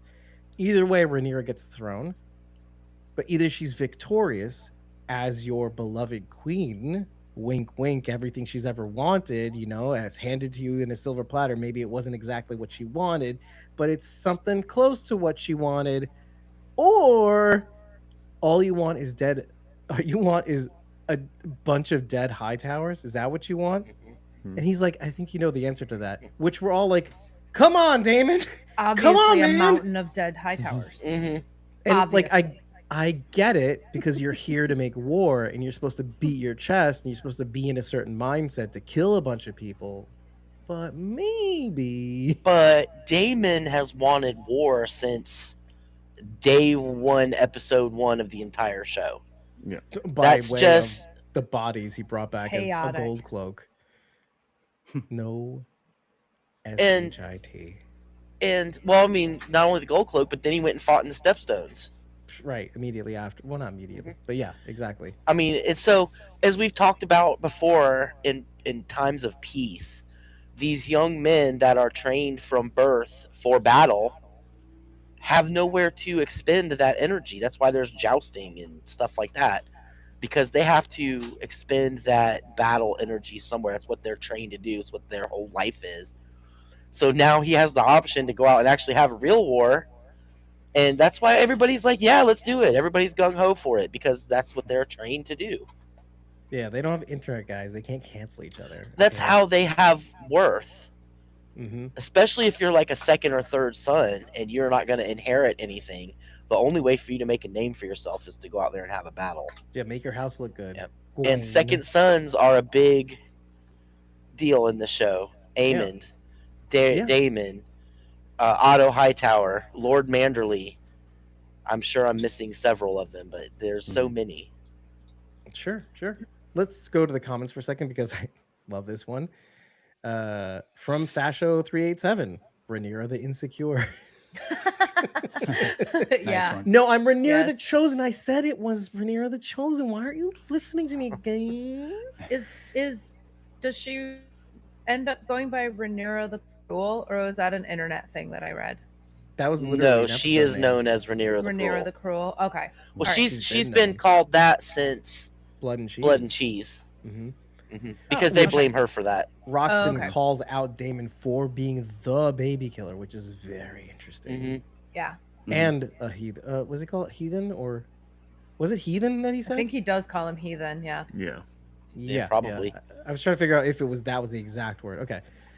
Future Boys OG says, I have the Westeros map bookmarked, and I did capture one thing too, but all the main settings are not that far from King's Landing. Yes, exactly. The Reach, sorry, not the Reach, but it's close. But Tumbleton is a border town. It's right at the border. It's technically in the Crownlands, near King's Landing, but they're like, no, guys, is it in the Reach? Is it? But it's right at the border of where King's Landing, the lands that occupy King's Landing and all those other places and whatever. So Future Boy OG says also, I didn't like Kat. Kind of glad she's dead. I'm gonna defer you to the episode where I actually talked about this, that it is complicated, and I actually gave it to Hugh, because we'd kind of also given it to Hugh in the last season. As much as we like him, there was an element of, what was this for? Your daughter died, your wife wanted you to stay, people were starving, she was packing up. I am 100% on Hugh's side, just because if you have the opportunity, if someone's gonna give you a freaking nuclear bomb, you take it, right? And then you can use that to make your money or make your living. I'm not saying a nuclear bomb, but if you have the chance to have a dragon, which will raise your status no matter what, you never ever have to worry again about being hungry or losing another kid. That's but true. There's no more kids. He did. Yeah. Who's his kid? She died before. I said another. You never have to lose another child. She ain't having no more kids. This lady's like at the edge. You know what I'm saying? Anyway. I mean, I saw Kat's point too, but I'm just saying I understand why. Oh, we all Hugh do. Did what he did. I just like tilting the tripod, because when you really think about it, what was that for, really? Because who is it for? If your wife is telling you don't go, then it's for you. It's not for anybody else. It's to escape his grief too. Yeah. Not only is someone... Yes, but, you can't raise the dead with that grief, right? Anyway, sorry. Yeah. Right. Well, not only is he given the opportunity for a dragon, but he's one of the only people who can. So not only are they saying, hey, here's an opportunity for you, but you're one of the only people who can even accept this. You mean I'm special? That comes with a big amount of responsibility too, because if you say no, there might not be anybody else who can do that. So, I mean, how many people are you letting down by not wielding this dragon? It depends on the who, doesn't it? That's really like who on people, whose behalf your are you people. Well, I mean, that's one of the things that comes down to whose side are you on. Yeah. I mean, there's no good or bad sides here. It just they're all terrible. It just is a terrible. See, but the problem is that they don't know that. They think, first of all, that these people are anointed by the gods and whatnot, etc. Listen, just like every villain we've ever seen on screen, nobody thinks they're the bad guy. So whatever side you choose, you're gonna tell yourself you're fighting for the right side. Right. I mean, that's why they added the prophecy to the show, because that does not exist in the books. But it's to make Rhaenyra have a reason to keep holding on so hard. Right. To pass every because it's not like she wanted it. It's because Viserys said, you are the one that has to do this. Yeah. And it's reliant on you to make sure that our line continues so that we can save the world or whatever. So I mean, she feels like she's compelled to do it. Mm-hmm. It's also interesting to see that Alicent is so much more acutely aware of the weight of Viserys's burden when it came to the crown, much more than Rhaenyra, though similar to Rhaenys, she was Princess of Dragonstone. She didn't really stick around to really see the cost until later. Well, not only that, but she was her father was king during a peaceful time. There was nothing for her to no strife or anything for her to see. But that makes the argument even worse because of the toll it took on his physical body, whatever it was, the disease, the weight of the crown, etc., etc. So it was an iron deficiency, right? Or too much iron. If the prophecy didn't exist in the books, was Rhaenyra just a spoiled, selfish brat that wanted the crown? Yes. Oh, okay. No. I mean, yes. Again, they don't really round out the characters in the books. It's like Rhaenyra she was the realm's delight when she was young, and everybody loved her. But then once she took over the throne, they turned on her, and she became this terror. Which they turned on her, and she fed on that, and became worse and worse and worse. She became the worst nightmare. Like basically. She went into it with the intent of doing good, but everything went against her, and she, desperate to hold on to her power, she did all these terrible things. Well, and the point has always been that the people in general really are the awful. Well, I mean, kind of what they've shown in this show was it wasn't even her; it was Daemon doing all the stuff that made everybody mad. It's everybody. It's Otto. It's everybody. Yeah. It's just that people can't just seem to get out of their own way, in a sense. But let me keep going with the chat though. Okay, so Aegon. Future Boy OG says, Aegon, Aemon, Darren have no male heirs, meaning Joffrey and toddler Aegon and Viserys are next in line. Aegon probably wouldn't kill them yet. Or fourth in line somewhere in there. But let me actually go to Daryl's Seymour, F2D. Hugh's wife had it coming. He told her to come, and she didn't. And nukes for hire, big money. Frigio B says, I know. That's the one that made me go, I'm not going to read that yet. And I say the opposite. I say, excuse me, you abandoned your wife, and that happened, and it just adds to the tragedy that everybody's going through. Sure, great, awesome, love that for everybody. Daryl Seymour again says, also Daemon gave those kids a chance. Screw those kids. I mean, so if you freeze frame it, you can see the two little kids going off the side as he shot fire. I swear they ran away. They got burned though. They might have also they died. That gate burning was practical. That was not CGI. They actually burned the gate, which I love the shot of Caraxes coming through the gate. That was awesome. Here's Caraxes. Yeah. But that was real. That was not CGI. That was really Have y'all ever ridden? Wait, what? Yeah. The head was That's what made it so cool. Yeah. Oh my god, that's awesome, dude. Oh wait, no. Now, I bet y'all thought dragons didn't exist, right? So what you know. Rob, what were you saying? Have y'all ever ridden the Jurassic Park ride at Universal Studios? No. I thought you were gonna ask if I've ever ridden a dragon. I was gonna be like, what? Yeah, there's a T-Rex part. I would have believed it. There's a T-Rex. It kind of so that happened, and Kayla goes, "It's very much giving Jurassic Park at Universal Studios." It's like Bridget's here. She said it's giving. I love it. Okay, I miss Bridget. That's all. Even though I saw her just yesterday. Okay. Also, okay. So, Dale Seymour says, "I hate Alicent." I'm just doing this weird voice, so just bear with me. I hate Alicent. When she showed up at the end, I wanted her to go away. The show is better without her. and by the way, I briefly, for a hot sec to myself as I'm writing this, like, wait, did we see Alicent at all in this episode? Because we'd seen her in every single episode leading up to this one. I'm like, oh wait, okay, we saw her that tiny bit at the end because I was wondering, hey, where are you? You were obsessed with the butterflies. You probably missed Alicent. I was obsessed with the butterfly. I wasn't thinking about it. I did like that we basically touched base with every single character, even if it was just for a minute. Like Adam, he was in it for just a minute, but we touched base with every character. We know where they are, which is cool because. We know she's locked in her chambers. She's the younger Family Matters. She's the younger Winslow sister. We don't care about her. Oh my gosh. But yeah. Anyway. She's going to sneak back to the Vale and find her dragon. Oh, well, actually, so that was interesting. That was part of Corlys's proposal. He said, you know what? Wed. Yeah. Not only are we going to unite the Seven Kingdoms in a sort of peace agreement, like a ceasefire peace agreement, where you guys just basically take the reach. Rhaenyra basically gets everything that she wants. You can have your little alliances with some of the greater houses, but all in all, we have this mutual agreement. And also, we can reunite the kingdom under marriage.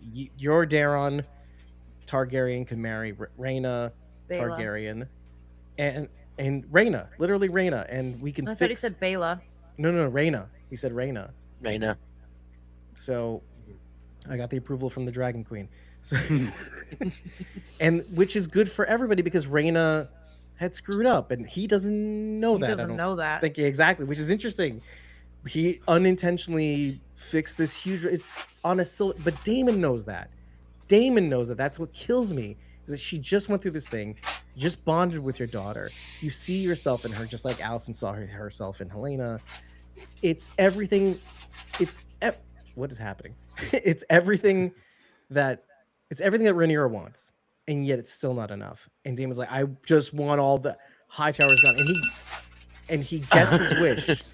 Right? Oh, that's actually my alarm just stopped talking, actually. So. I mean, to be fair, the offer wasn't presented to Rhaenyra. True. No, I wrote that down in my notes too. Like, first of all, nobody here has any authority except for the Hand of the King, maybe. I mean, they're all committing treason by not taking the offer to Rhaenyra before they start a battle, but... Well, technically, being Hand of the King does give him some leeway, but she would have to sign off on this before anything were to be in stone. So, but they could issue a ceasefire, just say... Literally ceasefire, fire. How does the ranking system work between Corlys and Daemon? He has no. Well, Daemon is the king consort. Yeah. Okay, but does the Hand outrank him? Yeah, Hand's like the next, not the next in line, but Hand is like speaks for the queen. Well, I'm trying to think like if it were a king and a Hand, the Hand would most definitely outrank the queen. So why wouldn't it go the same way with a queen? Because this is a male-centered patriarchal society, so the men always takes precedent. Sure, but now we're talking about two men. No, but I think who outranks who? Well, hold on. I think Ray, you're basically saying though, in a king situation, the queen does have some power. Is that what? But not over the Hand. Not over the obvious. Yeah. Right. Well, or maybe even. I don't know. Well, in some scenarios. I guess we can't really. Can't really use Alicent as a. Because her dad was the Hand, so can't really use her. Yeah, we have bad examples.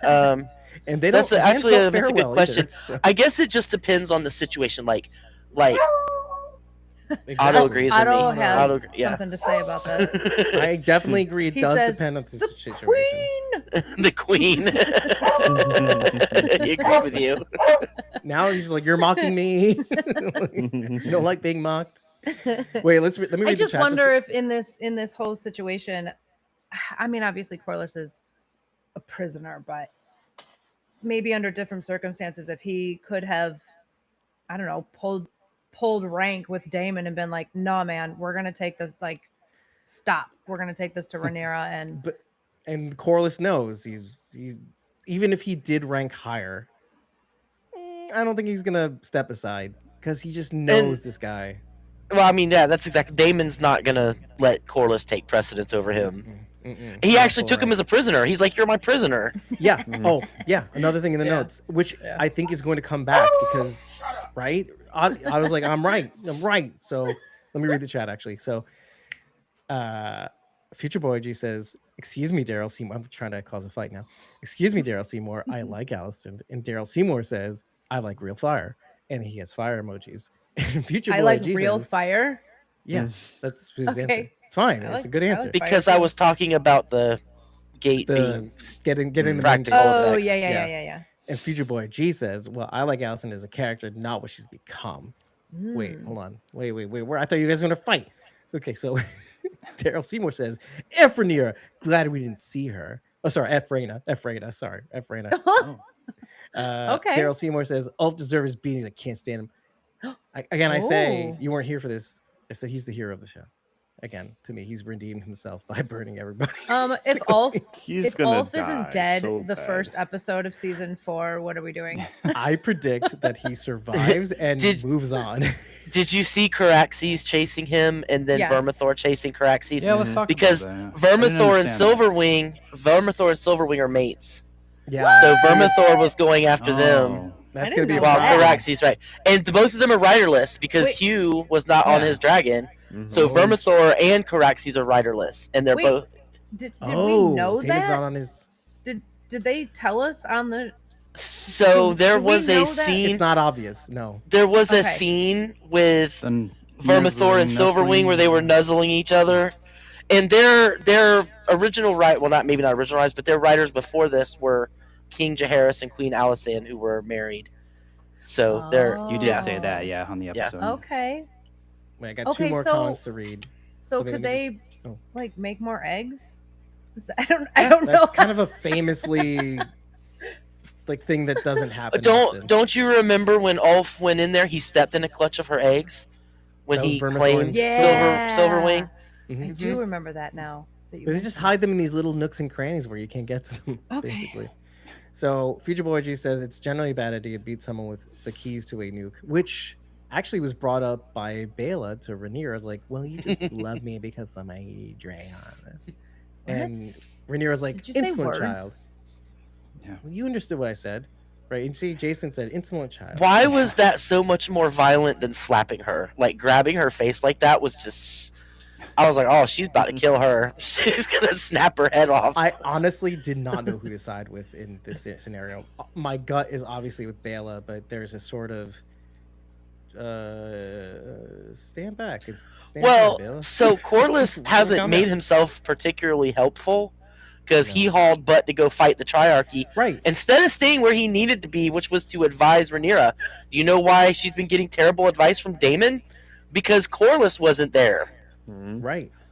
Also, inadvertently, Rhaenyra does say, "Your whole family's insolent." Like she says Rhaena, but I'm like, "Well, your husband, Daemon, is also insolent. He's probably, inarguably the most insolent." So, zip it.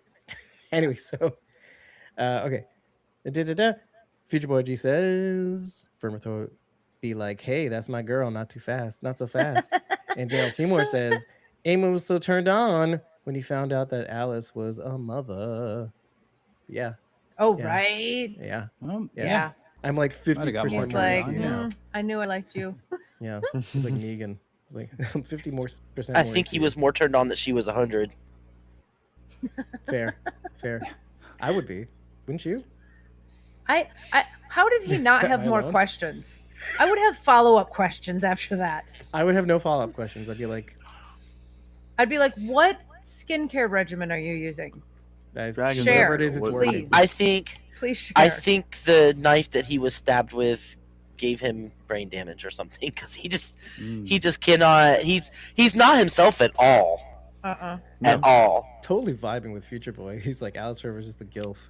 This would be like GGGGGILF. It would be like 5 G's ILF. Great grandma. I love to. But it's interesting that she was cursed for the same reason that Daenerys was, basically trying to bring back. She was trying to bring back a son, and the magic cost Daenerys a son, but same thing, yeah. Dragons. She obtained the dragons. Well, but then also, see, that totally endeared her to me so much more, and she starts to become part of this overall big tragic story that technically she predates. And she's falling into this new story. It's like, girl, you got enough problems. You need to leave your current drama before you can enter a new drama. She can't even leave the castle. Right. That's kind of what I'm saying. It's like all she has is the drama, Dave. She's excited for new entertainment. Fair. It's fair. She's fine. Alone in this run-down castle.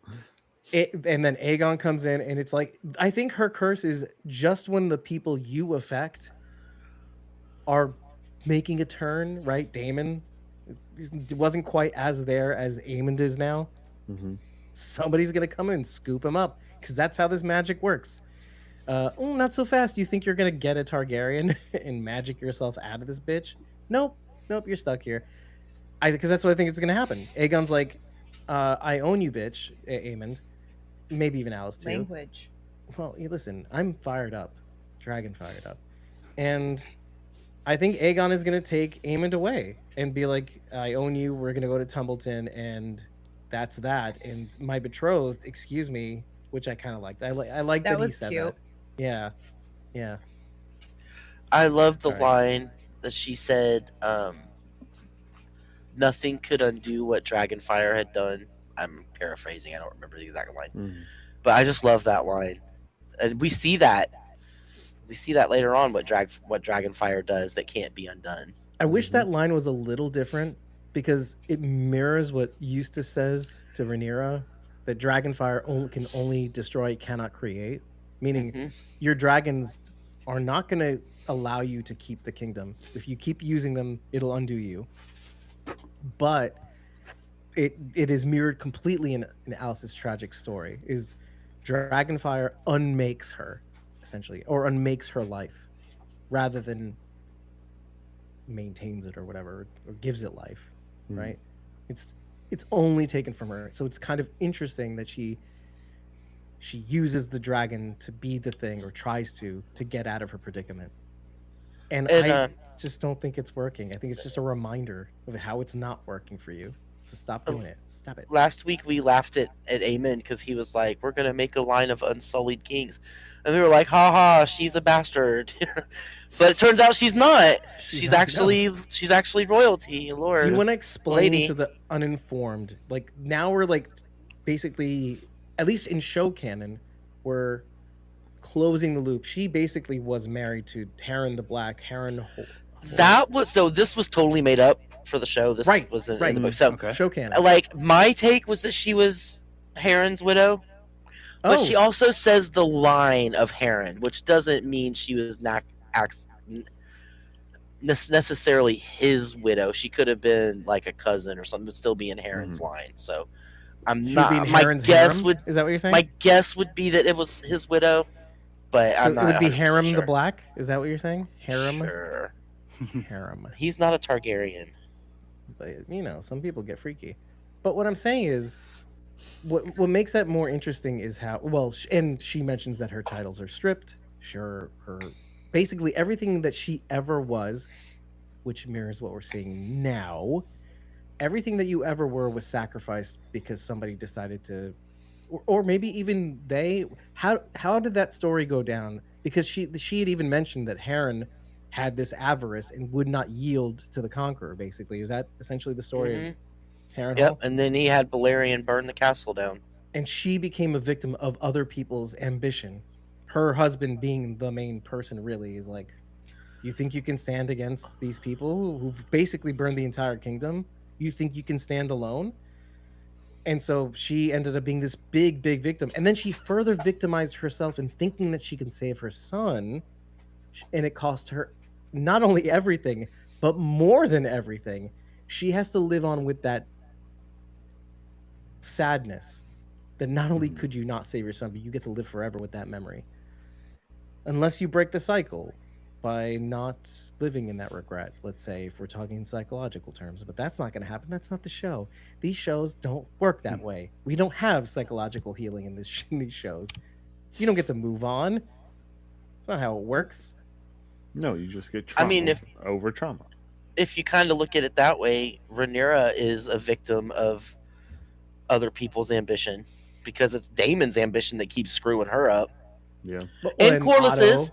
And Corliss's, because again, if Corlys had been where he was supposed to be instead of out chasing Triarchy, or worrying this whole time about him having a legacy and all that. So, I mean, I think a lot of the show is showing how women are a lot of times the victims of ambition. Mm-hmm. Especially in this time. Well, not everybody, and I know this doesn't apply to everybody. I know it applies to some people like Helena and Dame and Daron, etc., which makes sense, just in classical senses. Like, of course, they're a threat to her throne and blah blah blah. But like when it comes to Corlys and all these other people, did Rhaenyra give them a reason to earn their mistrust, basically, in her, or their belief in her? I mean, I guess. For instance, the bastards thing, right? Not legitimizing Adam and Alan. Is it just impatience on his part that got him to basically flee? I'm just wondering what Rhaenyra did to earn everybody's mistrust, or is it just the pressure of having finally taken the throne? Where Corlys is concerned, I mean, he's just lost his wife to this war. And he's lost. So he built Driftmark himself. Like that wasn't a seat that he took over. He built Driftmark with his own two hands. That is his castle. And all of the treasures that he found and all of his sailing the 9 seas and everything, that was his treasure house and his home.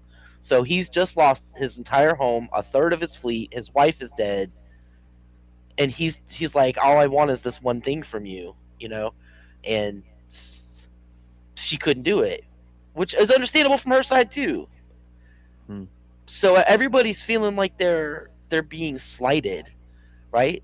And sometimes with cause, like Ulf.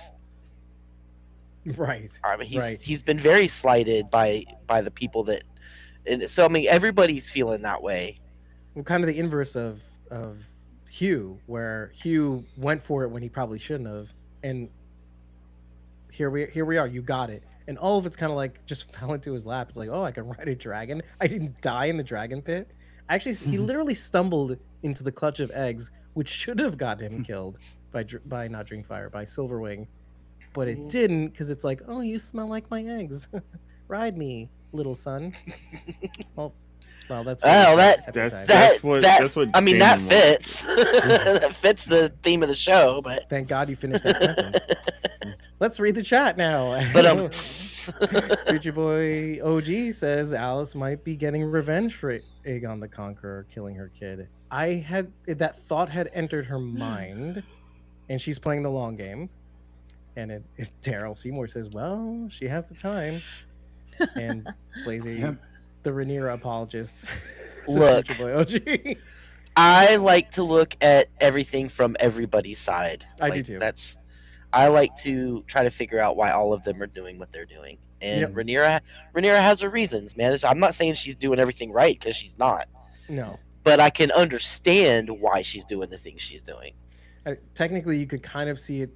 The show has kind of made you see it from everybody else's point of view. Even though Otto is the one that kind of starts the Greens takeover, there's, to a certain degree, this is older than this time period. In a sense, Ormond himself kind of highlighted the fact that, oh, this is why Otto's kind of doing this. It's not just pure ambition.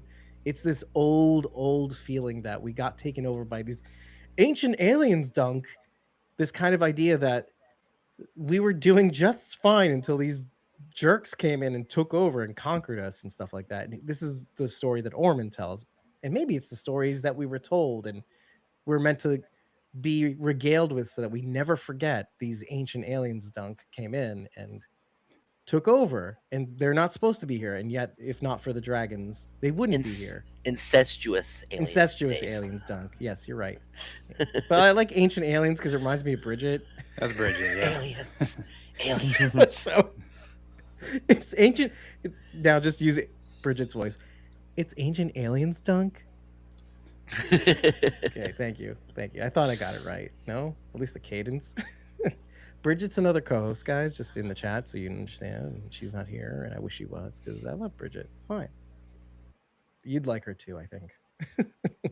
Especially you, Daryl Seymour. I like fire. Anyway, Daryl Seymour, speaking of, says, I liked it when Helena didn't let Rhaenyra hold her hand. Yuck, you're ugly. Didn't hold her hand. Yeah. It was cringe. It was awkward for Rhaenyra. I did want to talk about something that escaped my brain, just in the same second. Actually, beseeching deceptive. Yeah, I'll say something. That slap that Aegon lays on Aemond was pretty solid. Yeah, I'm alive. Imbecile. After all this time of being kind of pathetic, it was so great to see him kind of lean in. Like, okay, you're in it now, man. Aegon's face is pretty messed up, but he still has a very beautiful smile. Did you notice how Sunfire was not super graceful? Like he just kind of flopped down. Yeah. Is it a he?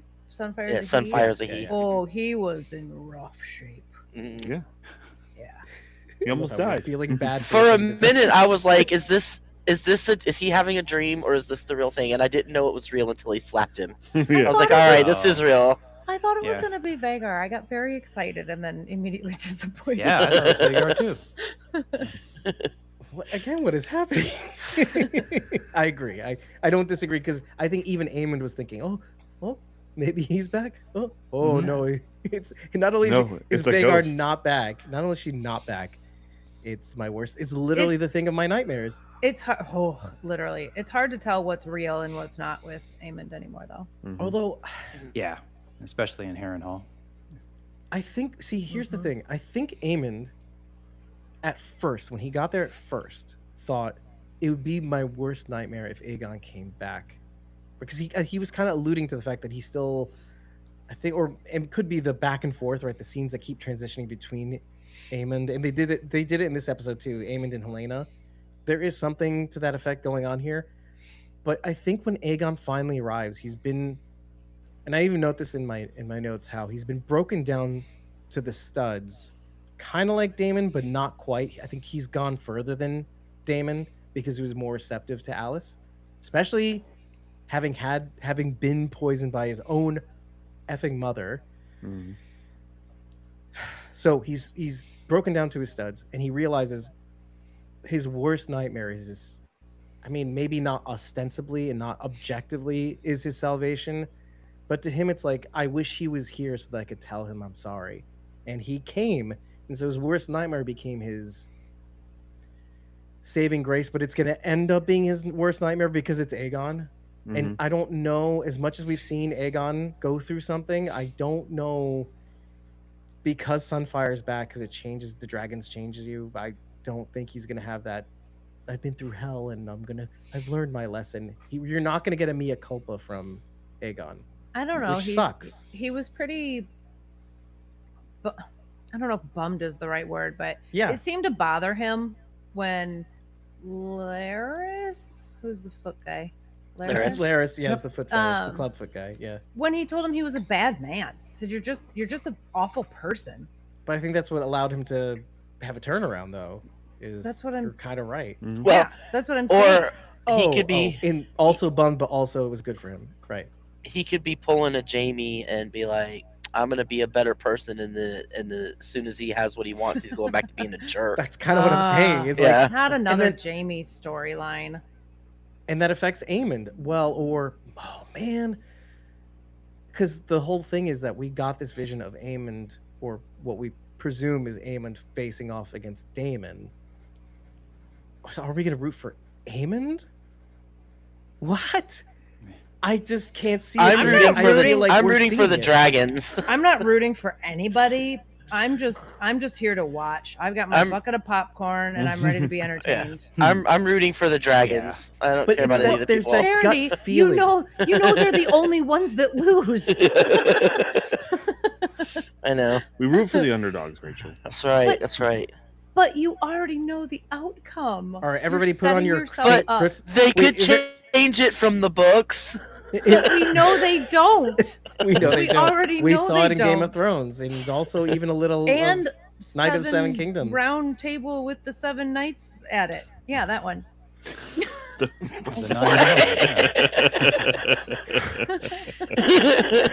I just love you. Just never change, actually. Dunkin' Egg. Dunkin' Donuts. So Dunkin' Egg. Let's go to the chat. Wait. Oh, quick. you're not. Does Alicent think that she killed Aemond? Yes. Okay. I wasn't sure. While she's looking at those butterflies, she's like, "Oh, that guy lives." Oh, see, Helena had to die for Aemond to live. And for all the people who are like, "How is Alicent just going to leave the castle by herself? What does she think's going to happen?" There was a whole camp full of dudes there with her, waiting for her to come back from Harrenhal. Yeah, right, exactly. Right. That was the whole plan, right? You got to bring your treasure back, right, Rhaenyra? Right, Mrs. the Cruel or Princess the Cruel. Man, it's almost like she could have just brought all of those guys in there, just had them kill him. But you don't know what you're walking into. You think this is a fortified situation. Yeah. But it wasn't. Well, no, she was there for a minute after she realized. Right. She could have left, got them, and came back.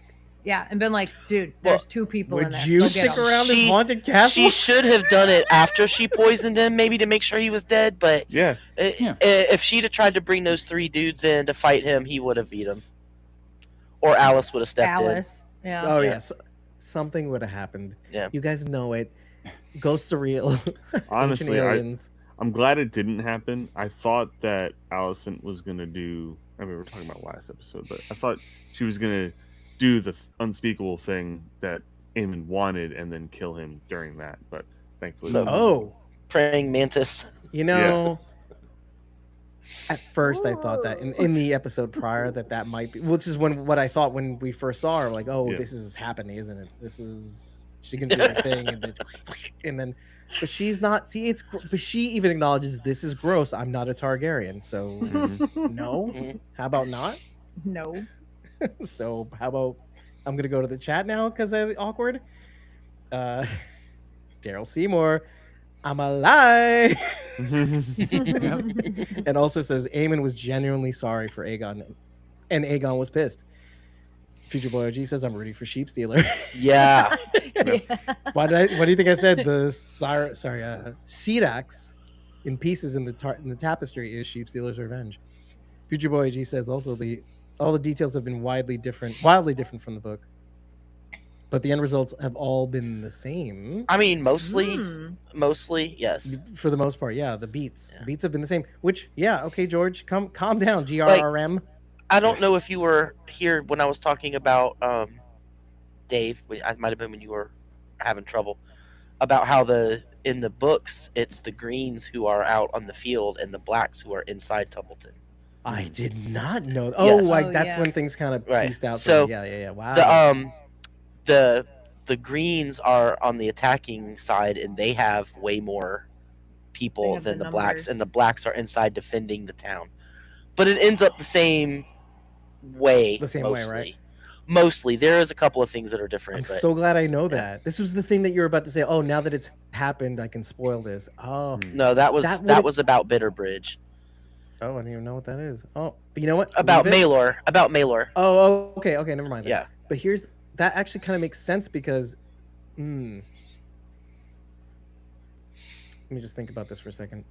It makes sense because if that was the case, I don't think then they're gonna have a second Tumbleton. I think this is it. I don't know, because there are a couple of really big things that happened at the second Battle of Tumbleton that did not happen in this one, so I'm not sure how they're going to go about that. I'm thinking it's so hard change. to talk. It's so hard to talk around it without giving spoilers. So understood. I'm trying to be careful, but there was another something big that was supposed to happen in the first battle that didn't happen. So I'm wondering if they're going to switch that over to the second battle. But also they might change the reason for the second battle, because that's has to do with a dragon rider. I'm not going to say any more than that. A dragon rider is the reason for the second Battle of Tumbleton. I think I know what you're talking about now, because I've connected the dots from something you'd said earlier in the season. But I'm not going to say anything more, because I think I don't want to even alert to the fact that I know what you're talking about now. And I think it's very ironic, because we just talked about him. So we're going to go to the chat some more. Rhaenyra, this is Daryl Seymour. Rhaenyra lived so that they can have other people live. Oh. Interesting. Future Boy says true. Bitterbridge is probably cut. Only thing that happened there is Maelor? Question mark. Mm-hmm. Yeah. Right, so more stuff needs to happen at Tumbleton. Right, but the death of Maelor leads to Helaena killing herself, which leads to other problems, which leads to a huge beat in the book. I feel like we may have they may backfill, but I think they may have already accelerated past Helaena.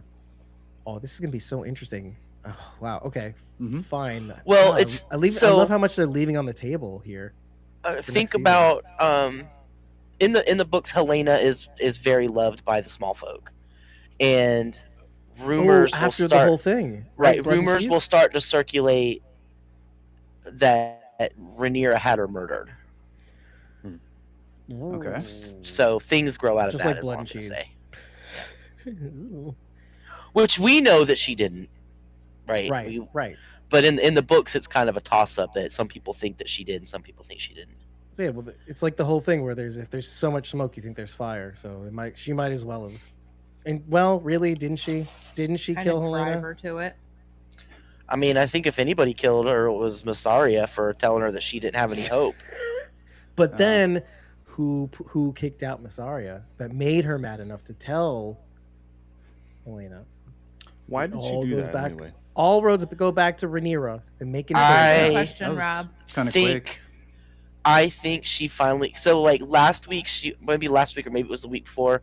She was like, yeah, and doing what my dad said has been great for me. All my constituents love me, and we're not having a war, and everything's great. We've got peace and prosperity. So I think she's finally just like, my dad did not know what he was talking about. She even calls him Viserys. You know, when she's upset, she's like, effing Viserys. That's the first time she's ever called him that. Yep. And I think she's finally just like, I am done trying to be my dad. I didn't understand what he was doing, and he didn't understand what he was doing. And his way is not the way if I'm going to survive this.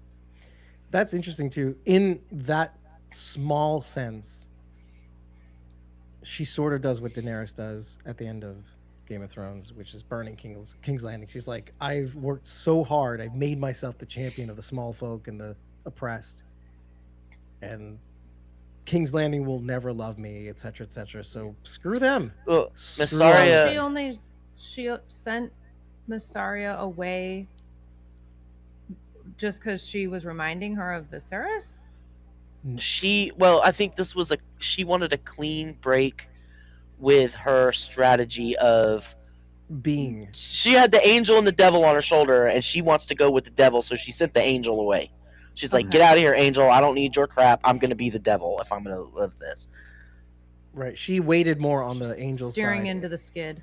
Right. Yep. Look, that scene with the throne cutting her scared the bejesus, or if they believed in such things, out of her. And the B7 face god, or the Lord of Light. So the thing is, there's that, and even her beseeching Helaena, saying, tell me I'm the chosen one, meaning tell me I don't have to face the fact that this is the way it's going to go down. She knows she's unfit, but now she's just trying to fit a square peg into a round hole. And you know what? If you try hard enough, if you whittle the edges down, of course, like if you take away if you whittle down parts of yourself just enough, all the things you thought you needed to rule, all the things you thought you were supposed to be, all the things that you thought you were gonna be, well, you might just do it. But what is gonna be the cost on top of all the costs it took you to get here? So, can I ask it's a dumb question? It's perfect timing. Depends on how dumb it is. It might be pretty No. dumb. No, it doesn't. It might be pretty dumb. But the prophecy, Viserys' prophecy, it's about Daenerys, not Rhaenyra, right? It's about Aegon. About John. Oh, Who is John. Aegon. Yeah, that's what I meant. Yes. Aegon Targaryen. The sixth. But I thought he talks about. Now I can't even remember how it was. I'm glad you're phrased. bringing this up, by the way. I'm just. But I thought it saying that. was to do with like a female, a queen, like specifically a daughter in the prophecy. Is it Well- the prince that was promised? Here's the thing: when we were talking about this originally last year, we were noodling the fact that it could have been a woman. It could be a queen. See, now I need to hear the prophecy again. I need to hear him say it. All right, again, guys 'cause in I the can't chat. remember the I know I can't Tell remember us- the verbiage that's used. Tell us the prince that was promised. in that But scene. there was something in it that I'm remembering our conversation about it that made you think, well, it could be. He could have got it wrong. Which fair. Well, I and mean- it's interesting that that was in your head because then she says it on this episode. They Yeah. don't know about Daenerys, so and naturally, being a royal who thinks everything revolves around you, if you hear Well, this sure. prophecy, you're gonna think it's about you. Oh, of course. I'm Yeah, saying as the viewers, though, like we Like know. Rhaenyra. I don't. I mean, I don't That think it's so. not- It basically was just about the prince who was promised, but we know that prince and princess, there is no gender specific word in Valyrian, so prince or Oh. princess, That's why you said it that. can be either way. Okay. Yeah. That's what it was. That was the clincher. Okay. Right. So right, she right. could have she could have said the princess that was promised, but who was it said like it doesn't really roll off the tongue the same way. Like Yeah. it doesn't sound quite as good. Also, she's trying to shed her femininity. Like she doesn't want any more reminders of her femininity, so she went with the prince. Not that the small folk care, because none of them know High Valyrian anyway. But Yeah. for her, it was I'm the prince who's promised. Bitches. But I mean, if you want to get technical about it, the prince who was promised was Arya. 'Cause Yeah. she's the one that Yeah, actually she's took the out the Night King. Oh, So that's true too. Yep. So we're all wrong. It's a Stark, not even a Targaryen. This is how we have sex in the north. With Arya's cat's paw dagger. That's where I was going with that. No, wait, what? Anyway. What? Well, Aemon has that dagger. That took a currently, doesn't he? hard left turn, David. Yes, exactly. Yeah. I'm sorry, I do hard left turns. That's what I That do. was- If I make enough hard left turns, it's all right. Uncalled for. About 3 of them. At least 3, exactly. A jug handle. All right. So am I back? yeah, no, Yeah. you didn't You're go back. away. You didn't go At least anywhere. as far as I could tell. I did on my end. Oh, Lightning strikes. So, all right. I was gonna add something to that though. But I gotta go to bed. But she gotta go to bed. I think we are definitely gonna close up. I Yeah. wanted to add something to that though Do that. because Don't stop for me. If there's plenty more to talk about, I'll just say my goodnights and I mean, I'm Vegas looking finish. at. I already scanned the rest of my notes. We already talked about Orwell looking distressed as Rhaenyra is making her speech. We I kinda just even wanna touched that with point out, Waverly. Double duty. I want to point out a couple little points. So when Rhaenyra's talking to Helena, and she's like, "You need to eat" or whatever, and she's like, Helena says, "Do you think life is nothing more than not being dead?" Love that line. I love that line. Mm. She also mentioned a turtle. The beetle looks like a turtle. Mm-hmm. Oh. And as I said before, turtles are very special to George R.R. Martin because he used his pet turtles to make up night stories when he was a kid. So, So she's every like time they put a turtle in conciliating. there, yeah. So Condal is like, here, I'm gonna throw this to you. Okay, you're beautiful. Okay, stop hating me. With Gawain and Daron, when they're talking, Daron picks his fingers just like his mom does. He's picking at his fingernails. I didn't notice that. Aw. That's so cool. when Damon and Roddy are talking about Kristen Cole, and Damon's like, "I wish I'd been there to see it. How did he die?" And he's like, "Badly." that was great. That was good. Let's see what else is there. She also says, "I light the way," which is a twisting of the Hightower words, which is "we light the way." Yeah. We already talked about the rest of that. Her chainmail, Rhaenyra's. I love the detail. Rhaenyra's chainmail is banded with red and black bands on the actual chainmail. Oh. Yeah. I didn't notice that. And there was something else I wanted to bring up that I just was in my head and it just went away. I don't know. Maybe I'll remember it before we. Well, let me read the chat then in the meantime. So it might supercharge your brain. Okay. Oh, wait a minute! I just remembered. Okay, there you go. The armor on Damon's horse, the headpiece on Damon's horse. Did anybody notice it? It was a literal. It was a dragon. It is so cool. But also, if you look at the horse's mail on the rear, it's like red and black, which are the dragon colors. But then over the mane, it's got the scale, like the scales. Yeah, his armor was amazing. Well, and Rhaenyra's, she had the little dragon wings on the shoulders too. Oh, I like that. You know, it's the most noticeable part. That was cool. Okay, Daryl Seymour says, "Helena, no, I wanted her to live, not just the small folk. I love her." Daryl Seymour loves Helena as well. Yeah, I did too. Future Boy G says, "Rhaenyra lost her crystal ball." See, Yeah, like wasn't cutting really off the working nose, for her spice the anyway. face. Yeah, I know. She was Daryl like a magic Seymour, 8-ball. 7-face ball. Ask again later. Right. Daryl Seymour says, Rhaenyra looked like she was smiling when she closed the window. Okay. Oh, that was Tommen's window, by the way. That's what I was thinking too. I was saying something while watching. That was We've Tommen's seen this window. before. Was it? Well, it's the same view of the sept, the starry sept, right? Isn't that what it was? Yep. Okay. Wait. That's the do great you sept. literally do you right. literally mean Oh, the same yes. window? Yes. Because that did not look like the same room at all. Well, I mean, Well, it's it's 200 years 100 difference. It's 200 years difference. They've been No, I mean, remodeled a little bit, but like the lattice work over the windows is the same, Okay. and yeah, it's the same window, same view. So yeah, she took a Tommen.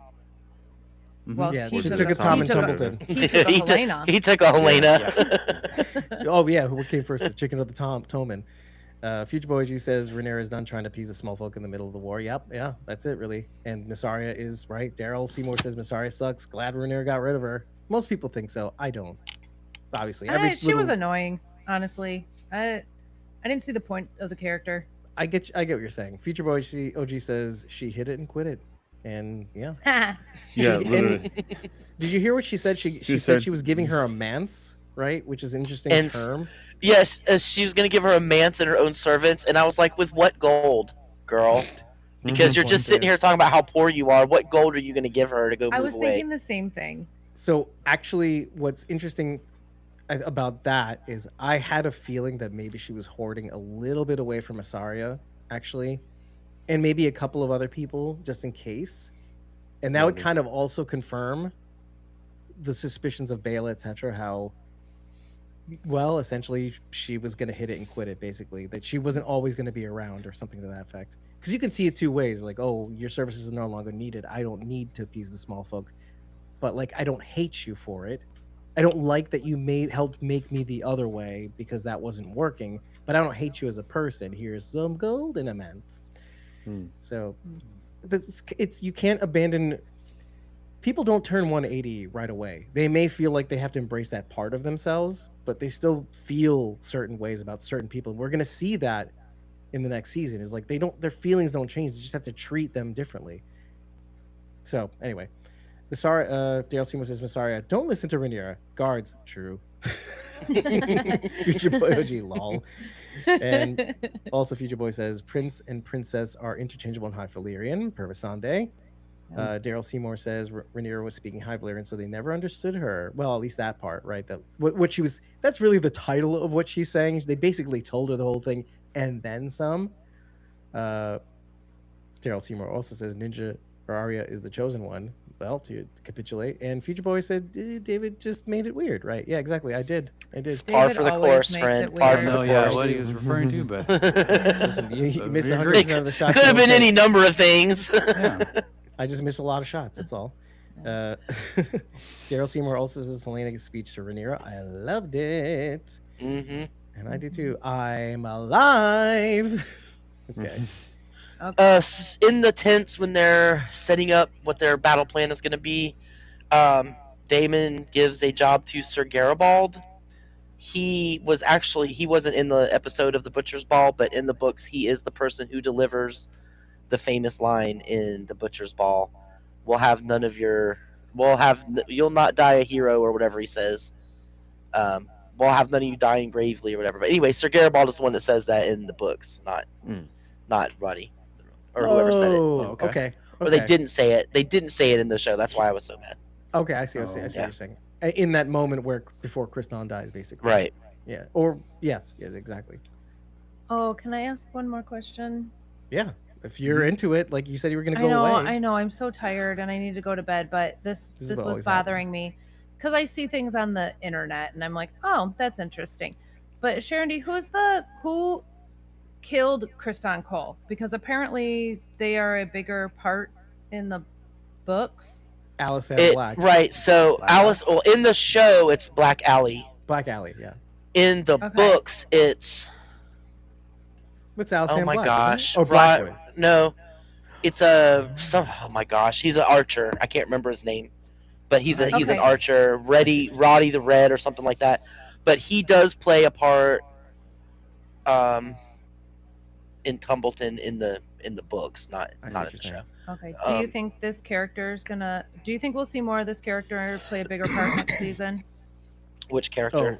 Alice Blackwood. She's got the Black Alley on her eye. Black Alley.